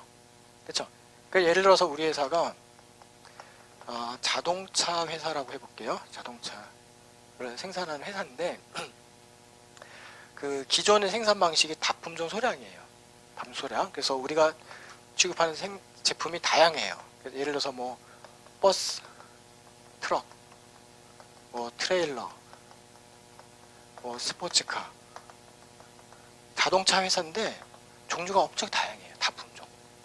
그런데 각 제품마다 많이는 못 팔아. 왜냐면 이거 찾는 사람, 이거 찾는 사람, 이거 찾는 사람이 많지는 않아. 보니까. 그래서 다품종은 장점인데 소량은 단점. 이런 생산 방식을 기존에 택하고 있어요. 그러면서 얘가 좀 아쉬워. 요걸 좀 늘렸으면 좋겠다. 좀 많이 팔았으면 좋겠다. 요게 이제 새로운 목표가 생긴 거예요. 요걸 설명드리기 위해서 되게 자동차는요, 부품이 한 2만 가지 정도 된다고 그래요. 요즘에는 이제 신문 보니까 3만 개까지 얘기하더라고요. 그만큼 옛날에 비해서 조금 기능이 늘었나 봐요. 그래서 3만 개까지 얘기하던데 그냥 전 2만 개를 해볼게요. 자동차에 들어가는 부품이 한 2만 가지 정도가 있어요. 2만 가지. 그럼 얘는 한 2만 1,000가지, 얘는 뭐 2만 2,000가지, 2만 3,000가지 정도의 부품이 들어간다고 칠게요. 그런데 우리가 기존의 생산 방식, GT로 오기 전에 기존 생산 방식은 어느 날 버스 주문이 들어오면 그때 버스를 생산하기 위해서 2만 개 부품을 조달해서, 조달은 일부는 외부에 사기도 하고 일부는 내가 직접 제작해서 2만 개 부품을 조달해서 그걸 조립해서 버스 주문자에게 보내주고, 어느 날 트레일러 주문이 들어오면 그때 이 주문에 맞게끔 요거 22,000개를 조달해서 조립해서 내보내고, 이렇게 생산해 왔었어요. 그동안 주문 후에 생산이잖아요. 주문 후에 부품을 조달해서 조립해서 내보냈던 거예요. 그랬더니 이 물건이 나가면 엄청나게 좋아하긴 해. 내가 원하는 수준 딱 맞춰줬다. 내가 인정해주겠다. 그런데 양이 많지가 않아. 이게 아쉬운 점이죠. 그래서 왜 그러냐면은 주문 들어온 후에 이걸 조달해갖고 조립해서 내보내는데 이걸 조달하는데 시간이 되게 오래 걸려요. 2만 개를 딱. 또 이게 표준품이 아니잖아요. 버스긴 버스인데 뭐 높이를 어떻게 해주고, 요즘에 2층 버스도 나오잖아요. 그래서 뭐 2층은 어떻게 만들어주고 막 이렇게 막 요구하는 사양이 다양해지면은 그거를 위한 이런 걸 조달해가지고 조립해서 내보내는데 시간이 오래 걸리는 거예요. 똑같은 물건을 만들어도 시간이 더 오래 잡아. 그쵸? 그래서 그걸 거꾸로 이해하면 같은 시간대에서 생산량이 적다는 거예요. 똑같은 시간 투입해도 다른 회사에 비해서 양이 적어진다는 거예요. 그럼 이제 어떤 분들은 저 양을 늘리기 위해서 이렇게 주문 후에 이걸 조달해갖고 조립하지 말고 얘네들을 미리 갖고 있다가 미리 조달해서 갖고 있다가 주문 들어오면 바로 조립해서 내보내면 되지 않느냐. 그렇게 대안을 얘기할 수도 있어요. 근데 그렇게 못해요. 회사들이. 그렇게 못하는 이유가 뭘까? 이거를 미리 갖고 있다가 주문 들어오면 바로 조립해서 내보내면 시간이 단축될 것 같은데 미리 갖고 있지를 못해요. 왜 그럴까? 자, 첫 번째는요. 아직 주문 들어오지도 않은 제품의 부품을 갖고 있으면 되게 위험한 거예요. 결국 주문 끝까지 안 들어오면 어떡할 건데? 그렇죠? 주문 들어오지도 않았는데 그걸 갖고 있는 거 되게 위험한 거고, 또 하나는 이게 다 종류가 다른데 이걸 다 미리 갖고 있으려면 창고를 너무나 넓게 많이 이렇게 창고를 넓게 사용해야 돼. 그럼 그 창고를 사용하는 비용, 임차료 이런 거, 땅값 뭐 이런 거 어떻게 대비할 거예요? 불가능하지. 그러니까 여기는 안 갖고 있다가 주문 들어오면 조달해서 그거 조립해서 내보내고, 공장도 좁아. 여기는 주문된 것만 그걸 위해서 모아서 작업하니까 그거밖에 안 되는 거예요. 이거 어떻게 이걸 해결할 거냐. 그래서 이제 머리를 쓴 게 집단 가공법인데, 집단 가공법 뭐냐면은 얘네들이 뭐 버스는 2만 개, 트럭은 2만 1,000개 쭉 있지만은 어차피 다 공통점은 자동차예요. 자동차니까 들어간 부품이 크기나 모양이나 마력이나 이런 건 다를지 몰라도 기능은 비슷할 거예요. 어차피. 그래서 얘를 그룹화를 합니다. 몇 개. 그러니까 어떤 그 유사성 가지고, 작업의 유사성 아니면은 부품의 유사성, 이런 것들을 이용해서 그룹화를 합니다. 그룹하면은 예를 들어서 여기가 엔진 그룹, 여기가 타이어 그룹, 여기가 뭐 볼트 그룹, 여기가 너트 그룹, 이런 식으로 부품의 유사성, 이게 다 기니까 그냥 책에 있는 대로 쓰면은 가공의 유사성 이렇게 써 있을 거예요. 책에는 가공이 유사한 애들을 모아서 그룹핑을 합니다. 그러니까 여기는 이제 엔진 가공하는 방법이 예를 들어서 버스 엔진, 트럭 엔진, 트레일러 엔진, 스포츠카 엔진이 다 조금씩은 다를 거예요. 크기나 모양이나 마력은. 그러나 어차피 엔진이니까 생산 뭐 방식이나 이런 건 어때요? 가공이 유사해. 생산 방식이. 그죠? 그럼 이제 여기서 엔진 생산하기 위해서는 A기계, B기계, C기계, D기계를 이렇게 나열하면 되는데 여기서 버스 엔진, 트럭 엔진, 트레일러 엔진, 스포츠카 엔진을 네가 계속 만들어. 이렇게 하는 거예요. 물론 모양이나 이런 건 다를 수도 있어. 크기나 이런 거. 그렇지만은 엔진이다 보니까 생산 형태, 생산 방식이나 흐름은 비슷해요. 그래서 이렇게 기계들을 일렬로 쭉 나열해 놓고 여기서 버스 엔진, 트럭 엔진, 트레일러 엔진, 스포츠 엔진을 계속 생산하게 하는 거예요. 그러면 요 안에서는 어떤 생산 방식을 택한 거나 마찬가지. 연속 생산 방식을 택한 거나 마찬가지. 기계를 줄 세워놓고 한 방향으로 계속 가잖아요. 이제 우리가 지워졌는데 여기 위에 그림과 여기 아래 그림이 있었는데 그걸 다시 떠올려 보세요. 저 그림은 어디 있냐면 이 밑에 있는 그림이에요. 이렇게.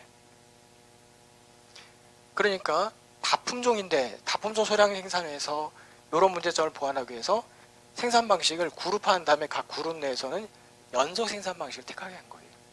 너는 타이어는 크기나 이런 건 다 다를 수 있어요. 버스 타이어는 진짜 크고요. 스포츠카 타이어는 작은데 넓고요. 뭐 이렇게 좀 다를 수 있잖아요. 그렇지만 어차피 타이어니까 생산 순서 이런 건 비슷해. 기계들을 쭉 줄 세워놓고 버스 타이어, 트럭 타이어, 트레일러 타이어, 스포츠카 타이어를 여기서 생산하게 하는 거예요. 그러면 요 안에서는 연속적인 흐름을 가지고 생산하게 되니까 생산 시간이 어떻게 돼요? 짧아져. 아까 우리가 한번 비교했잖아요. 생산 시간이 짧아져. 단축돼. 그럼 같은 시간에 생산되는 양이 어떻게 된다? 늘어난다는 거지. 양의 문제점을 보완한다는 거예요.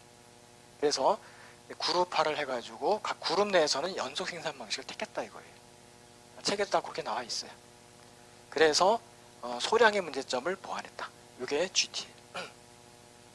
그림만 떠올라도 상관없습니다. 그룹 1, 그룹 2, 그룹 3, 그룹 4 이렇게 되는 거예요.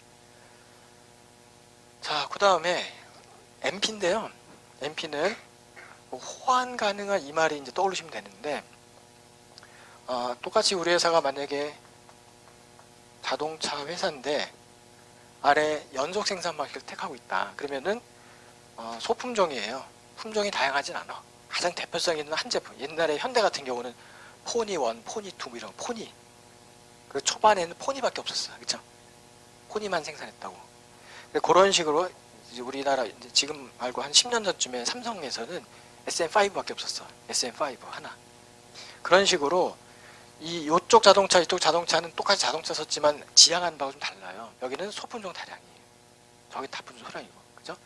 그런데 이 자동차 회사가 그 문제점이 뭐냐면 품종이 다양하지 못하다. 그래서 소비자의 다양한 요구를 충족시킬 수가 없다. 이걸 보완하기 위해서 호환 가능한 부품을 몇 개를 우리가 이제 상정을 시키는데, 예를 들면 엔진 같은 경우 보시면요, DOHC랑 SOHC 두 종류를 우리가 개발할 수 있다. 저렇게 호환할 수 있는 엔진을 두 종류를 개발했다 칠게요. 이게 말이 좀 어려운데 몰라도 상관없겠죠. 이거는 더블 오버헤드, 뭐 캠인가 그러고 싱글 오버헤드 캠인가 뭐 그래요. 그래서 이게 뭐냐면 이게 이제 이 자동차가 기통 뭐라 그러지? 엔진이 이제 4기통, 8기통 뭐 이런 게 있잖아요. 실린더가 이제 4개짜리, 6개짜리 있잖아요. 요거는 이제 더블, 요거는 싱글. 4개, 4기통이면 8기통. 이렇게 해서 이제 이 기통이 많을수록 힘이 세진 거예요. 이렇게 압력이 세니까. 공기를 빨리빨리 밀어가지고 바퀴를 돌리니까. 근데 자동차를 이거를 껴도 되고 이걸 껴도 가요. 교체, 호환 가능. 그 다음에 예를 들어서 변속기가 있어. 변속기는 자동하고 수동 정도로 한번 나눠볼게요. 두 종류. 자동은 이제 여러분이 요즘에 많이 거의 99.9% 요즘에 나온 자동차 오토매틱을 말하는 거고, 요 수동은 이제 옛날에는 스틱이라고 불렀었던 건데 매뉴얼이라고도 하는 거고요. 아마 여러분 중에 이거를 안 해보실 분들이 되게 많을 거예요. 옛날에 저희 때는 제가 대학교 때는 운전면허 딸 때 이걸로 땄거든요. 이거 저 수동이 어떻게 힘드냐면은 엔진이 꺼져요. 클러치를 바꿔야 되는데 언덕에 섰다가 가야 되거든요. 섰다가 새로 갈 때 이게 이제 엔진이 꺼지면 바로 탈락이. 그거 안 꺼지려고 되게 힘들게 막 연습 많이 했었어요. 어쨌든 요거는 좀 재미있고 힘이 세고요. 차가 이거는 편하고 힘이 좀 약해요. 그래서 요즘에 이제 여성 드라이버가 많아서 그냥 거의 99.9% 이렇게 나오고, 요거는 원하면 나면 만들어줄 거예요. 그렇게 돼 있는데 이것도 이걸 끼건 자동차 가는 데는 지장 없어요. 그 다음에 이제 단순하게 색상 빨주노초 파란보 이렇게 해서 한 10종류 정도. 그 다음에 이제 옵션은 뭐 5종류. 예를 들면 이제 뭐 내비게이션을 장착하냐 안 하냐, 그 다음에 무슨 뭐 오디오를 뭐 좋은 걸 넣냐 안 넣냐 뭐 이런 거 있잖아요. 그 다음에 썬루프를 위에 지붕 같은 거 넣냐 빼냐 뭐 이렇게 해갖고 5종류 정도 개발했어요. 그러면 이걸 다 합하면 19종류 정도가 되는데, 19종류의 부품을 대량 생산하는 거예요. 대량 생산해서 얘를 호환 가능한 이 부품들을 잘 조합해서, 얘는 목표가 뭐냐면은 조합의 극대화예요. 호환 가능한 부품을 조합을 극대화해서 최대한 종류를 늘려보는데, 이론적으로 하면 몇 종류까지 나올 수 있을까 제품이. 예를 들면 이런 거예요.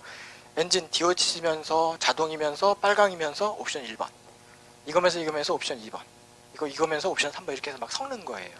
그러면은 수학적으로 몇 종류까지 나올 수 있냐면 2 곱하기 2 곱하기 10 곱하기 5 하면은 200종류가 나와요. 수학적으로 하면은 그렇게 많이 다양하게 만들 수가 있어요. 이거면서 이거 이렇게 막 섞으면 200종류까지 나올 수가 있어요. 자, 그러면 종류가 늘었기 때문에 이 문제점, 소품종 문제점을 보완했다. 이렇게 우리가 이제 이해할 수 있는 거예요. 그런데 제가 시험은 여기서 잘 안 나오고 요 뒤에가 더 잘 나온다고 그랬었어요. 왜 그러냐면 얘네들은 다 초기 모델, 초기의 노력이기 때문에 시도한 거는 되게 칭찬할 만하지만 이런 문제점을 느끼고 이걸 보완하려고 노력한 거는 가상하지만 그다지 뭐 좋은 근본적 해결책은 아니라는 거예요. 그냥 거기 조금 더 좋아진 것 뿐이지 근본적으로 많이 좋아진 건 아니다. 예를 들어서 여기부터 보세요. 여기가 제품의 종류가 200종류로 늘었다고 하지만 이게 좀 어설픈 게, 소비자한테 이 소비자가 찾아왔을 때 막 책을 막 200페이지를 만들어 가지고 종류별로 서로 다른 제품을 딱 소개하는데, 이렇게 우리가 종류가 많으니까 마음껏 골라봐 이렇게 얘기했을 때 소비자가 딱 보더니 쭉 훑어보더니 다 똑같네 뭐 이러면 끝이에요. 왜냐하면 내부에 부품 몇 개만 다른 거지 외관이나 이런 건 다 똑같은 거예요. 요거 제외하고는 다 똑같은 거예요. 그러니까 다양하다고 말해봐야 어설퍼. 그쵸? 한계가 있어. 그죠? 그 다음에 여기는 이게 대량 생산해서 생산량이 뭐 같은 시간대에 생산이 늘어난다고 얘기하지만 여기도 어설퍼. 왜냐면은 보세요. 2만 가지 정도, 이게 다 비슷하다 하더라도 2만 가지 정도의 부품을 그룹화하면은 50여 개 정도, 이건 실제 있는 얘기예요. 그냥 수학적 얘기가 아니라 실제 기업들이 이렇게 하고 있으니까 그룹을 한 50여 개 정도로 그룹핑을 합니다. 그럼 한 그룹에서 부품을 몇 종류를 만들겠어요? 수십 종류 되겠죠? 그러니까 여기는 엔진만 하는 게 아니라, 그러니까 버스 엔진, 트럭 엔진, 트레일러 엔진, 스포츠카 엔진만 하는 게 아니라 가공에 유사한 애, 그리고 요 기계들을 똑같이 사용하는 애들을 여기서 많이 만들어요. 그래서 이제 뭐 A 부품, B 부품, C 부품, 다시 A, B, 그 다음에 C 다시 D 뭐 이렇게 해서 굉장히 다양한 물건들을 여기 만든다고요. 그러니까 한 그룹에서 예를 들면 한 40여 가지 부품을 담당을 해. 그럼 똑같은 일 반복하는 정도가 높아야 낮아요. 맞지? 굉장히 많은 일을 해야 되니까. 그러니까 이제 아무리 연속적 생산한다 하더라도 생산량이 막 그렇게 막 극적으로 늘어나는 건 아니고 단지 노력은 가상하네. 이런 문제점을 느끼고 해결하려고 노력한 거는 칭찬할 만하네 이 정도예요. 얘네들은 초기 모델이기 때문에 그냥 얘는 다품종 소량을 보완하는 거고 얘는 소품종 소량을 보완하는 유연한 방식 이 정도로 끝내면 돼요. 됐죠? 그럼 지금부터 이제 30분 하이라이트 생산의 전체에서 별 5개 받은 데가 2군데밖에 없어요. 제가 별 5개 해드린 데가 그 중에 하나예요. 여기가. 그러면 여기 이제 얘 든 건 제가 지울게요. 이 정도 지워놓고 자 얘네들은 공통점이 뭐냐면은 이건 그냥 초기 방식이라는 거예요. 초창기 방식. 그래서 시도는 가상한데 그냥 뭐 이렇게 극적으로 아주 좋아지고 이런 건 아니다. 조금 좋아진 것 뿐이다. 이 정도예요. 그럼 이제 여기 와서 현대적 방식 2가지를 아시는, 여기는 무조건 시험에 나오는데 그 중에 하나가 FMS고 하나가 CIM이에요. 그 중에 FMS가 시험에 나오는 거예요. 이게 우리가 앞에서 잠깐 소개받은 적이 있는데 어디서 소개받았었어요? 기억나시는 분? FMS 어디서 소개받았냐면은 원가의 전략과 차별화 전략이 상반되어 있긴 한데 얘네들을 잘 조화시킬 수가 있다. 그러면 원가의 소품종 다량이고 차별화는 다품종 소량인데 잘 조화시키면 다품종 다량이 될 수가 있다. 영어로는 mass customization. 기억나시죠? 그러면서 그렇게 가려면 혁신 기술이 필요하다. 혁신 기술이 2개가 제가 소개됐는데 뭐하고 뭐지? FMS랑 JIT라는 거예요. 일단은 저거만 두시라고 그랬어. 나중에 나오니까. 오늘 이제 하나 나오는 거예요.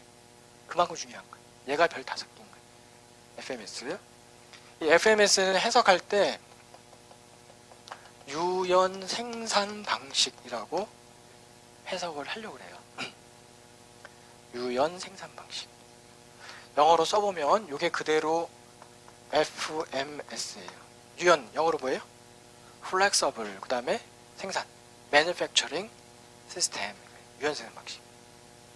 인데 이 FMS라는 말을 만나면 장황하게 설명하지 마시고 핵심 키워드가 뭐냐면은 자동 기계를 자동 관리하는 거야 이렇게 하면 돼요.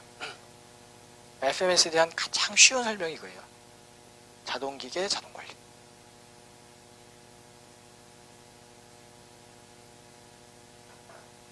이게 무슨 말이냐? 요걸 이해시켜주기 위해서 제가 또 예를 들어 볼게요.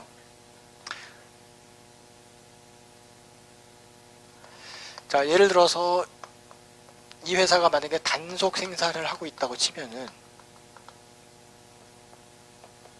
이렇게 공정별 배치입니다. 공정별 배치 대신에 기능별 배치라고 해도 상관이 없다고 그랬고요. 다품종, 얘는 다품종 소량이에요. 특징이 다품종 소량인데 그래서 TV는 이렇게 가고 라디오는 이렇게 가고 세탁기는 이렇게 간다고 했어요. 앞에 그림과 똑같아요. 요 방식은 장점은 다품종이고 단점은 소량이에요. 그래서 소량의 문제점 보완해서 다품종 다량 생산하고 싶은 거예요. 그러려면 어떻게 하냐면은 첫 번째 자동기계를 활용하는데 그러면 이 A, B, C, D가 다 자동화된 기계예요.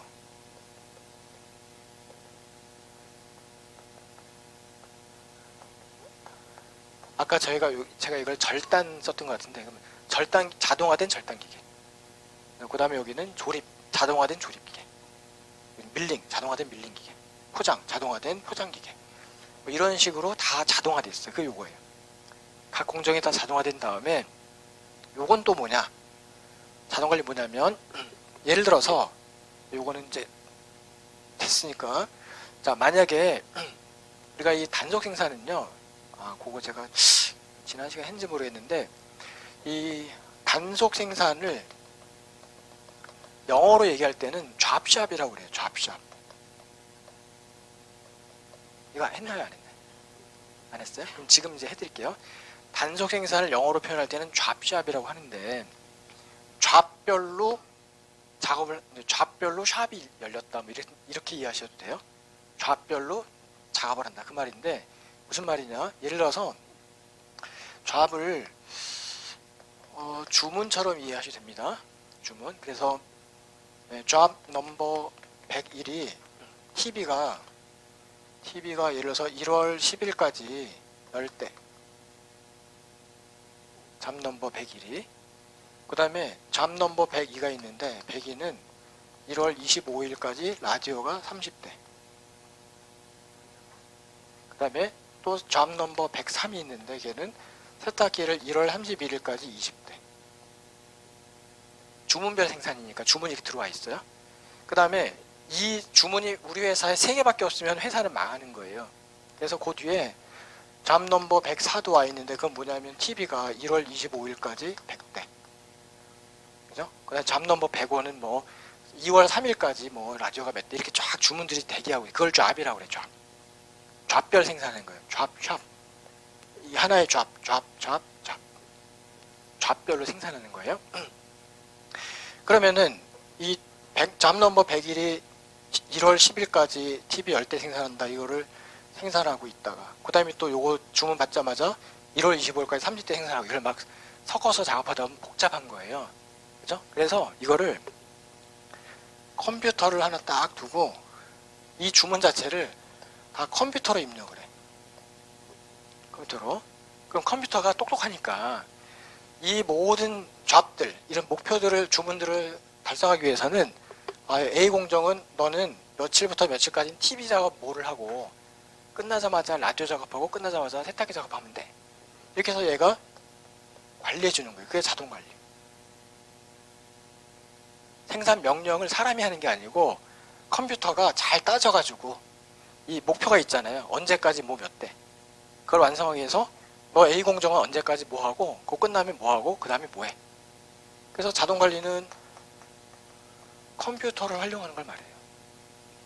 생산 공정에 사람이 의사결정하는 게 아니라 컴퓨터가 의사결정하는 거예요. 컴퓨터한테 우리가 목표를 입력하는 거예요. 이런 목표가 와 있다. 주문이 와 있다. 그러면 우리 회사의 생산력을 고려해서, 그러면 언제부터 언제까지는 뭐 하고, 너는 뭐 하고, 그거 끝나면 뭐 하고, 그거 끝나면 뭐 하면 돼. 명령 내리는 거예요. 그러면 얘가, 이 기계도 사람이 아니라 자동화된 기계이기 때문에 명령 온 대로 그대로 작업하는 거예요. 됐죠? 그러면은 이 유한 생산 방식의 별명이 뭐냐면 완전 자동화 공장, 완전 자동화 생산, 이렇게 이해하면 좋아요. 이 공장에는 사람이 있을까요, 없을까요? 사람이 없어요. 그렇죠? 이 작업 자체가 기계가 해. 지시도 컴퓨터가 시켜. 더 특이한 거는 여기에 컴퓨터 외에 자동 운반차까지도, 운반차도 자동화돼. 아까 제가 이 생산 방식은 운반이 제일 중요하다. 그죠? 이동한 길이 다 다르니까. 그래서 이제 운반을 수레라든지 자동차, 밖에 달린 걸 갖고 이제 여기저기 이동한다 그랬는데, 여기는요, 운반차가 이렇게 있어요. 그럼 얘가 명령을 내려. 어떻게 내리냐면, 몇 시 몇 분에는 A 공정 요 뒤에 가서 대기하고 있다가 물건이 넘으면 그거를 D 공정에다 언제까지 넣어줘. 명령하는 거예요. 그래서 이제 이 운반차마저도 컴퓨터가 관리해. 사람이 하나도 손을 안 대. 그냥 다 기계화 돼 갖고 움직이는 거예요. 주문만 들어오면. 주문을 가장 최적화시키는 어떤 그 행동을 만들어 가지고 지시해서 넘어가는 거예요. 그렇죠? 그러니까 완전 자동 공장 이렇게 이해하시면 됩니다. 이 자동 운반차라는 게 예전에 요즘에 이제 병원 가면은 저 어렸을 때 예전에 병원 다닐 때랑 달라진 게 요즘에도 병원 가면 이렇게 밑에 길에 이렇게 노란 선, 파란 선, 빨간 선 막 이런 게 있어가지고요. 예를 들어서 옛날에는요, 이제 병원 가서 맨 처음에 의사 만나가지고 엑스레이 찍고 어디 가서 엑스레이 찍고 오세요 이렇게 하거든요. 그럼 이제 엑스레이 찍으러 가려면 노란 선을 따라가세요. 그 노란 선 따라가면 엑스레이실이 있어. 거기 가서 이제 엑스레이 찍으라는데요. 찍고 옛날에는 제가 직접 엑스레이를 받아갖고 들고 왔었어요. 의사 보여주고 그때 다시 추가 진단 이렇게 했었는데 그 다음에 어떻게 됐냐면은 엑스레이 찍고 그냥 돌아가세요 그러면요 이 지붕에 통로가 있어가지고 이 통에다 엑스레이를 집어넣어서 어느 실로 가세요 그러면 이렇게 지붕에서 쫙 해서 그 방으로 딱 가서 톡 떨어져요. 그거 보신 적 없죠? 요즘 자동화됐기 때문에 이제 없어진 건데 옛날에는 엑스레이나 이런 정보들이요 여기서 보내면 이렇게 위에 굴뚝 같은 게 쫙 연결돼 있어가지고 어느 방으로 가서 그 방에서 톡 떨어져요. 그럼 꺼내갖고 엑스레이 펼쳐보고 이랬었거든요. 근데 요즘에 이제 그렇게 안 하는 게 인터넷이 되니까 거기서 인터넷에 올리면 여기서 인트라넷에서 이제 딱 보면 되니까. 근데 그렇게 모든 이동하는 게 다 자동화돼서 사람이 움직이는 게 아니라 목표 지점만 딱 정해주면 탁탁탁 가는 거예요. 쭉쭉쭉. 그러니까 요즘에 이제 이런 책 같은 거 여러분들이 이제 택배로 받으시면요 사람이 분류하지 않아요. 기계가 다 분리해서 다 움직여요. 그렇죠? 그러니까 그런 게 이 자동 관리의 개념이에요. 컴퓨터랑 자동 반차가 다 유기적으로 연결돼 있어. 여기 사람이 있어요, 없어요? 하나도 없어요. 완전 자동화 공장이면서 또는 이거를 프로그램 가능 자동화라고 합니다. 또는 이거를 유연 자동화라고도 합니다. 유연 자동화. 그 프로그램 가능 자동화, 유연 자동화는 어떻게 이해하시면 좋으냐면은 매번 목표가 자동 생산이긴 한데 매번 목표가 달라질 수 있는 거예요. 그 반대말이 뭘까? 유연 자동화의 반대말. 똑같은 자동화인데 유연 자동화 말고 그러니까 똑같은 물건만 반복 생산하는 자동화가 있어요. 뭐라고 하면 되지? 기억 예전에 한번 언급한 적이 있는데. 그러니까 그 어디쯤 있냐면요. 39페이지에 있어요. 도표 1-1 도표에 보시면은 그 생산 정책의 둘째 줄에 가시면 자동화를 두 개 비교해놨어요. 하나는 지금 칠판에 적어둔 게 유연 자동화.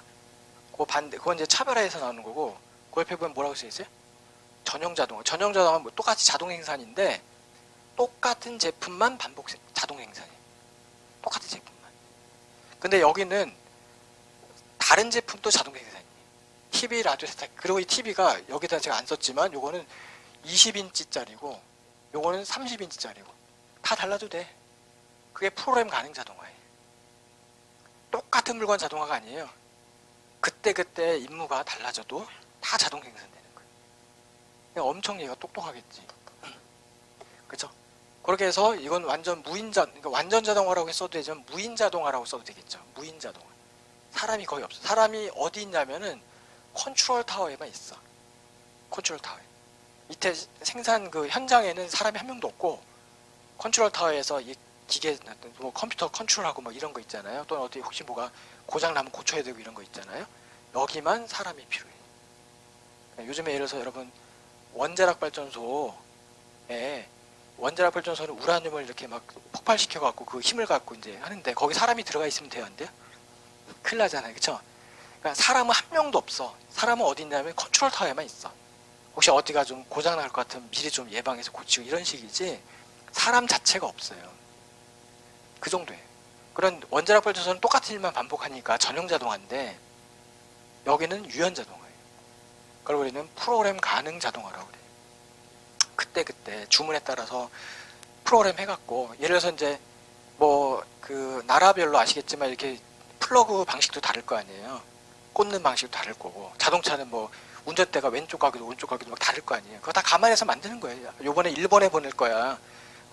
대만에 갈 거야. 다 그때 거기에 맞게 그 명령이 들어가갖고 작업하는 거예요.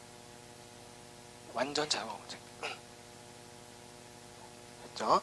그럼 이제 나중에 책에 가시면은 제가 시간이 없어서 거기는 안 볼 건데 FM에서 장단점이 나와요. 되게 길어요. 그럼 장단점을 외우지 마시고 그냥 자동화의 장점, 자동화의 단점 이렇게 하시면 돼요. 자동화했을 때 장점, 자동화했을 때 단점. 그렇게 해서 보시면 다 이해가 되세요.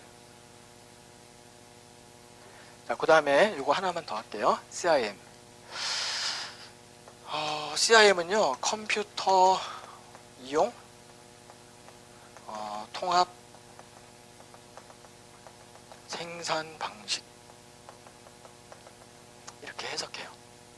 컴퓨터 이용 통합 생산 방식을 그냥 넣을게요. 컴퓨터 이용 통합 생산 방식. 이걸 영어로 만들어 보면은 여기까지가 C, 그러니까 I, 그러니까 M. 자, 컴퓨터 이용 통합 생산. 영어로 만들어 보면요, Computerized, Integrated Manufacturing System. Computerized, Integrated Manufacturing System인데 여기에 방점은 이 통합이 일단 중요합니다. 어떻게 통합했냐면요, 뭐 캠이나 CAD나 뭐 로봇이나 MRP나 등등 이런 거를 다 통합한 생산 방식 이런 의미예요. CIM이. CAD나 캠이나 로봇이나 MRP나 등등등. 자, CAD는요, 이거는 설계 기능을 자동화한 방식을 CAD라고 해요.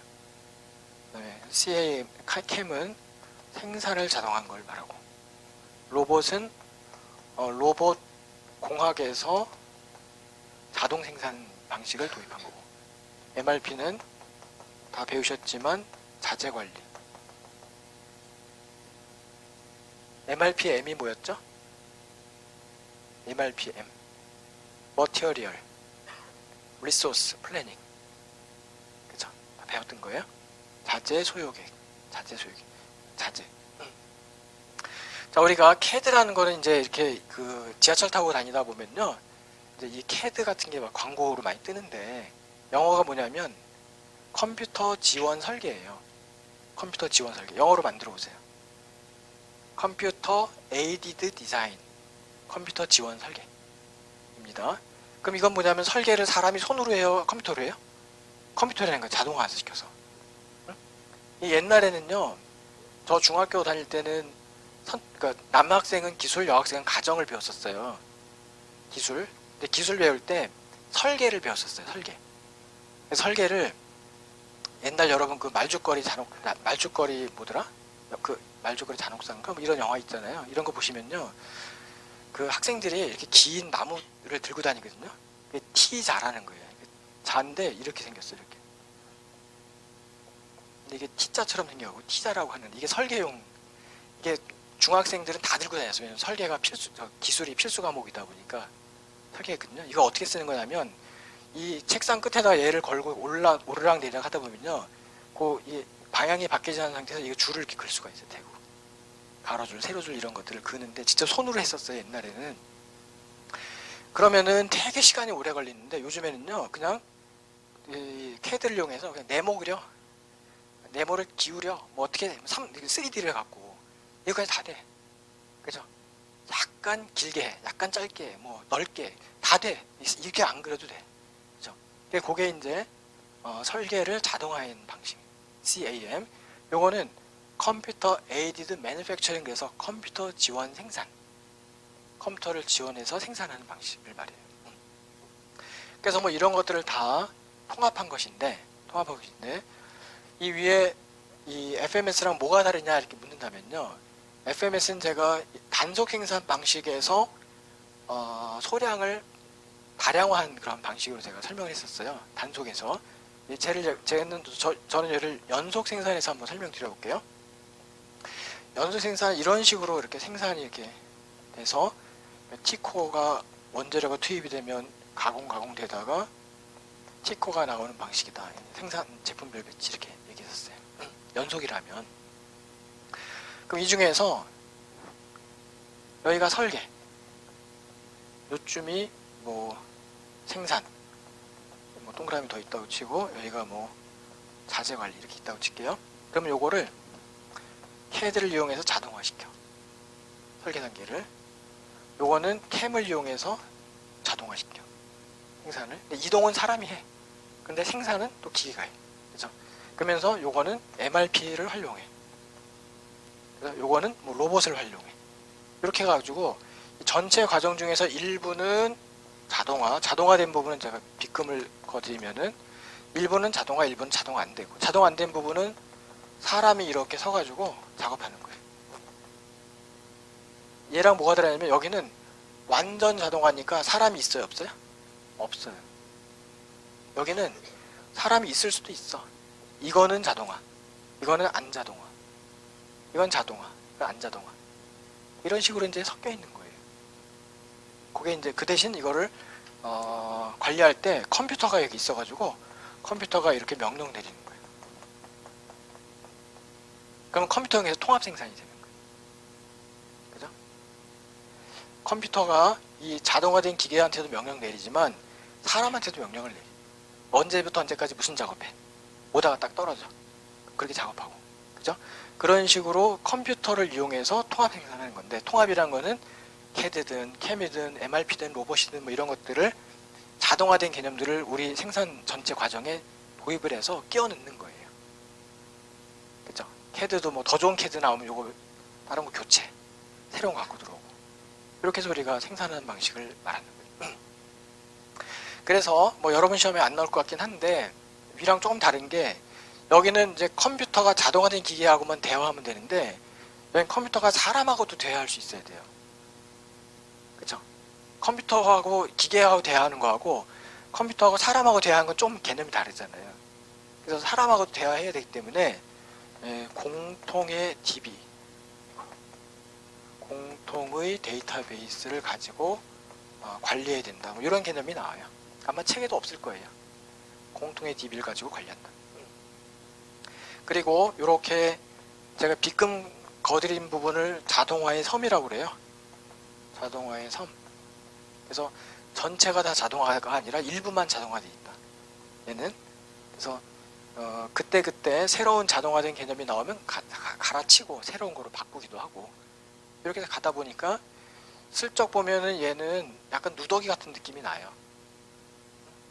작년도에는 여기가 사람이 작업했는데 내년 됐더니 여기가 다시 기계로 바꿨어. 자동화된 기계. 그럴 수도 있어. 여기는 교체가 가능해요. 여기는 애초에 아예 세팅할 때부터 처음부터 끝까지 다 자동화된 생산 방식을 택한 거예요.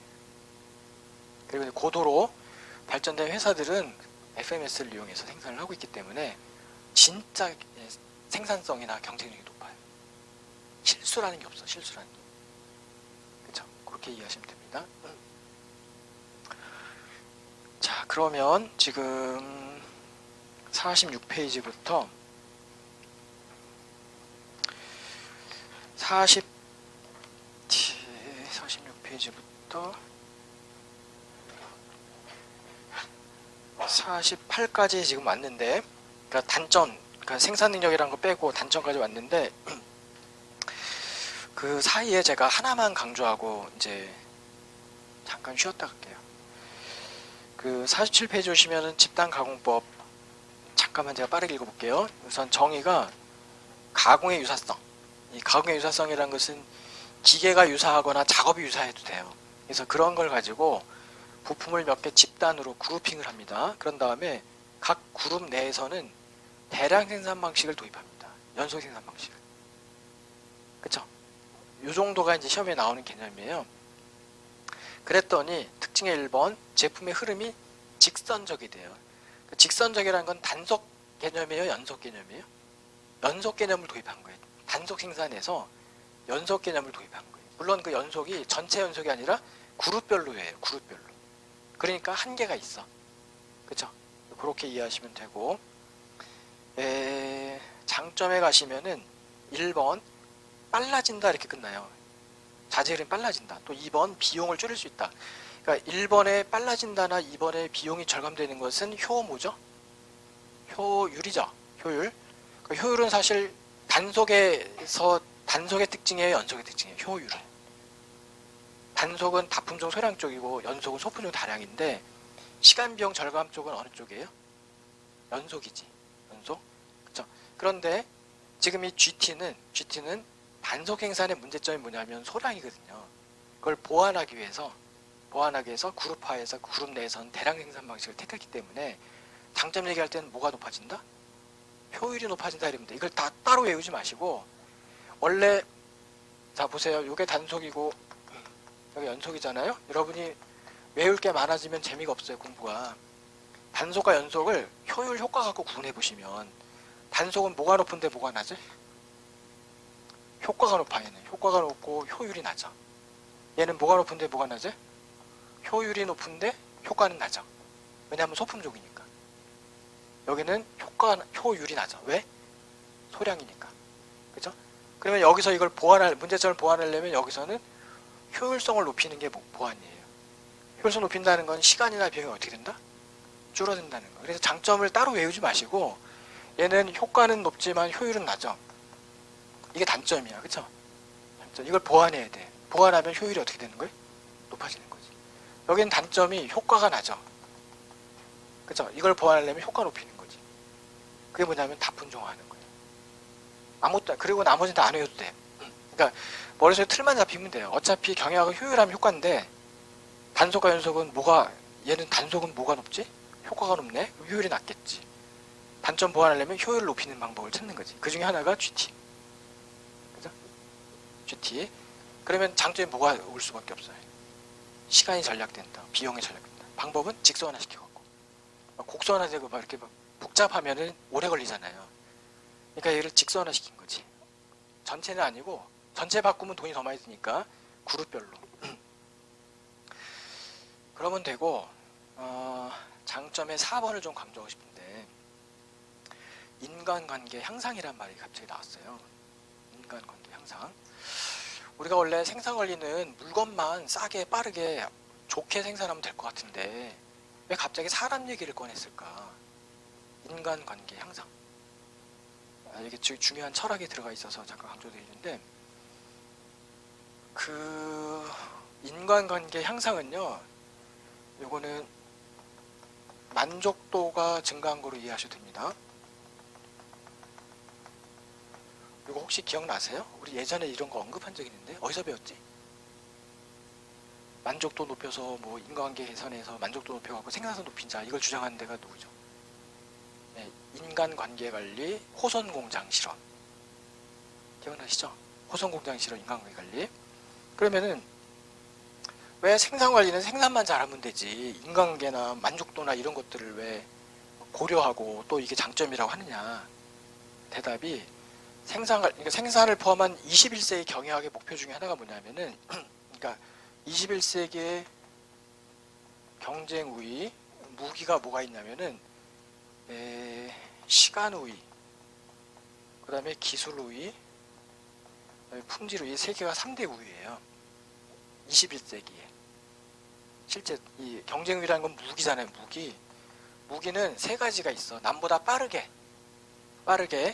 전달하거나 뭐 빠르게 생산하거나 그런 게 무기가 될 수 있고 두 번째가 기술적으로 우수하거나 품질이 좋으면 경쟁력이 될 수 있어요. 그런데 중요한 거는 제가 강조하고 싶은 거는 품질이 높아지려면 종원의 만족도가 어때야 돼요? 높아야 돼.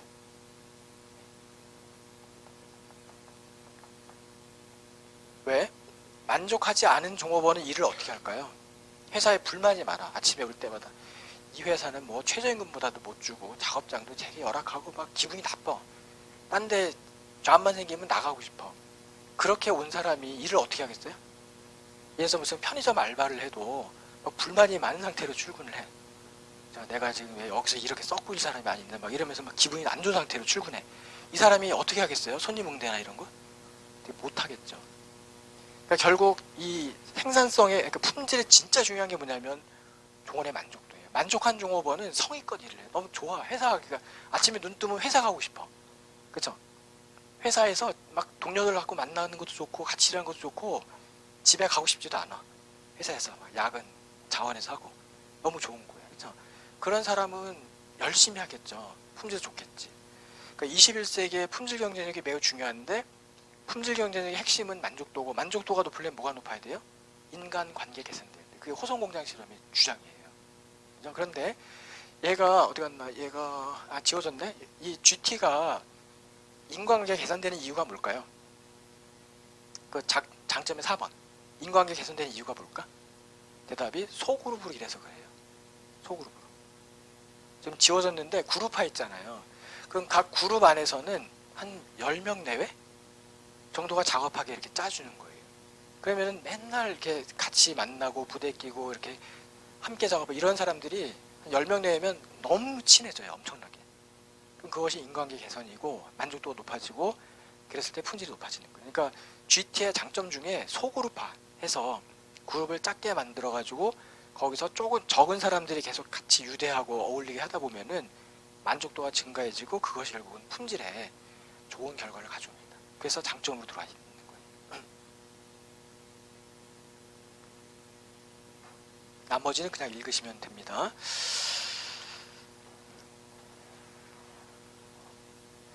자, 하나만 더 하고 싶게요. 48페이지 아래 갔더니 우리가 지금 요걸 마치려고 하는데 공정설계 마치려고 하는데 우리가 공정을 설계하고 나면 경영자는 공정 설계하고 나면 무엇에 관심이 있을까? 공정을 설계하고 나면 뭐냐면은 생산 능력, 그러니까 이걸 그냥 줄여서 캐퍼라고 합니다. 캐퍼. 영어로는 커패서티. 우리의 능력, 생산 능력이 어느 정도 되는지를 알고 싶은 거예요. 설계하고 나면. 예를 들면은 하루에 10,000대, 한 달에 뭐 30만 대 이런 거 있잖아요. 그 생산 능력이. 이걸 알고 싶은데 왜 이걸 알면 유리하냐면은 그 두 가지인데 하나는 거래처하고 딜을 할 때도 유리하고요. 하루에 10,000대를 알고 있다고 쳐볼게요. 예를 들어서 거래처가 20,000대를 주문하면 내일까지 납품 가능해. 그죠? 내일까지 20,000대니까. 근데 만약에 오늘 안에 해달라 그러면 그러려면 우리가 야근해야 되니까 가격을 1.5배 올리자. 딜을 할 수가 있어. 그쵸? 내 생산이 아는 게 되게 중요합니다. 여러분도요, 지금 저랑 이제 공부 시작한 지 한 달 정도 이제 가까이 가는데, 제일 중요한, 공부는 어차피 장기전이니까 하루하루 뭐가 중요하냐면 내 캐퍼를 아는 게 중요해요. 하루 내가 작업하면은, 하루 공부하면은 몇 시간 확보해서 책을 몇 페이지 볼 수 있다를 알고 있는 게 되게 중요해요. 그러면요, 어떤 게 좋으냐면은 내 스스로 계획 세우고 딜을 할 수가 있어요. 내가 만약에 500페이지짜리 책을 봐야 된다. 그러면은 하루 10페이지 보는 사람은 이건 50일 정도면 볼 수 있는 책이야. 그쵸? 그럼 하루에 이제 10페이지를 봐야 되는데 어느 날은 9페이지밖에 못 봤어. 그럼 조금 어제보다 조금 내가 못했네.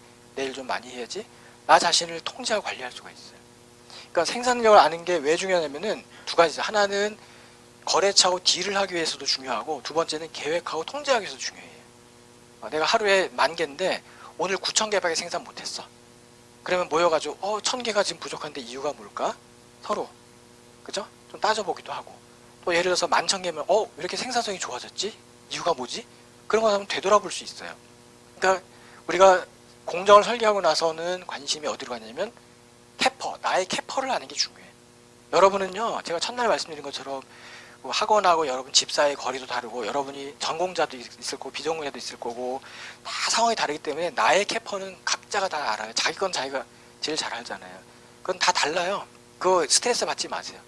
누군 좀 빨리 뛰어가고 누군 천천히 갈 수 있는데 내 캐퍼를 알고 그거에 맞게 나를 관리하는 게 진짜 중요해. 그래야 안 지쳐. 그쵸? 막 500페이지짜리를 내 캐퍼는 50일에 볼 수 있는 건데 혼자 30일에 보겠다고 난리치면 그건 자기 몸만 상해. 그건 좋은 방법이 아니잖아요. 내 캐퍼를 알아야 돼. 그게 이거예요. 생산 능력. 그러면 생산 능력을 우리가 거기 보면 개념이 최대 유효 설계 세 가지가 있어요. 최대 유효 실제, 최대 유효 실제 세 가지 생산 능력이 있는데 최대는 뭐냐면은 설계 당시에 이상적인 생산 능력을 말해요. 설계 당시에 이상적인 생산 능력을 말하고 유효는 주어진 제약 조건 하에 생산 능력을 말해요. 주어진 제약 조건은 뭐냐? 우리 회사 직원이 10명이 있어야 되는데 지금 누군가 병가를 내갖고 8명밖에 없어. 8명 작업할 때 이런 거 또는 이제 종업원들이 오늘 야근을 5명 신청해서 5명이 야근할 때 이런 걸 고려하는 거예요. 제약 조건 하에서의 생산 능력 말하는 거고 마지막 실제는 실제 생산한 결과를 말해요. 실제 생산한 결과. 셋 중에 이론적으로 뭐가 제일 크고 뭐가 제일 작겠습니까? 생산 능력이 그러니까 이름만 봐도 알지. 최대가 제일 크고 실제가 제일 작아요. 응? 여러분이 예를 들어서 내 캐퍼를 하루에 10페이지 그러면은 실제 해보면 10페이지 안 되는 경우가 더 많아. 사실은 해보면은 여러 가지 변수가 생기잖아 중간에. 그죠? 그래서 실제는 가장 작고 최대가 이상적이니 가장 커요. 그러면 이 세 가지를 파악한 이유가 뭐냐면 셋을 비교함으로써 그 아래 내려가서 이용률이나 효율성을 파악할 수가 있어요. 이용률이 높다 낮다, 효율성이 높다 낮다. 그 이제 분수를 보세요. 둘 다 공통점이 분자에 가장 작은 애가 옵니다. 그럼 뭐죠? 실제가 분자로 옵니다. 둘 다. 분모에 나머지 두 개가 하나씩 들어가는데 하나는 최대분의 실제고 하나는 유효분의 실제예요. 맞죠? 분자는 같은 거고 분모만 달라. 그러면 이용률은 뭐다? 최대, 설계분의 실제고 효율성은 뭐다? 유효분의 실제예요. 그러면 분자는 같고 분모가 다른데 분모가 어디가 크죠? 왼쪽이 더 크죠? 왼쪽이 크죠? 그러면은 이용률과 효율성 중에 뭐가 클까요? 효율성이 더 큽니다. 그쵸? 계산 문제가 나온 게 아니라 말 문제로 이용률과 효율성 중에 효율성이 더 크다. 현실적으로. 그런 것만 대비하시면 되는 거예요. 그리고 우리가 흔히 이용률, 효율성이 같은 말처럼 보지만 생산관리에서는 다르다는 거예요. 이용률은 최대분의 실제고 효율성은 유효분의 실제다. 됐죠? 여기서 짧게 쉬고요. 그 다음 챕터도 설비 배치도 중요한 내용이 있는데 거의 일부 정도만 하는 걸로 하겠습니다. 조금만 쉬었다 하겠습니다.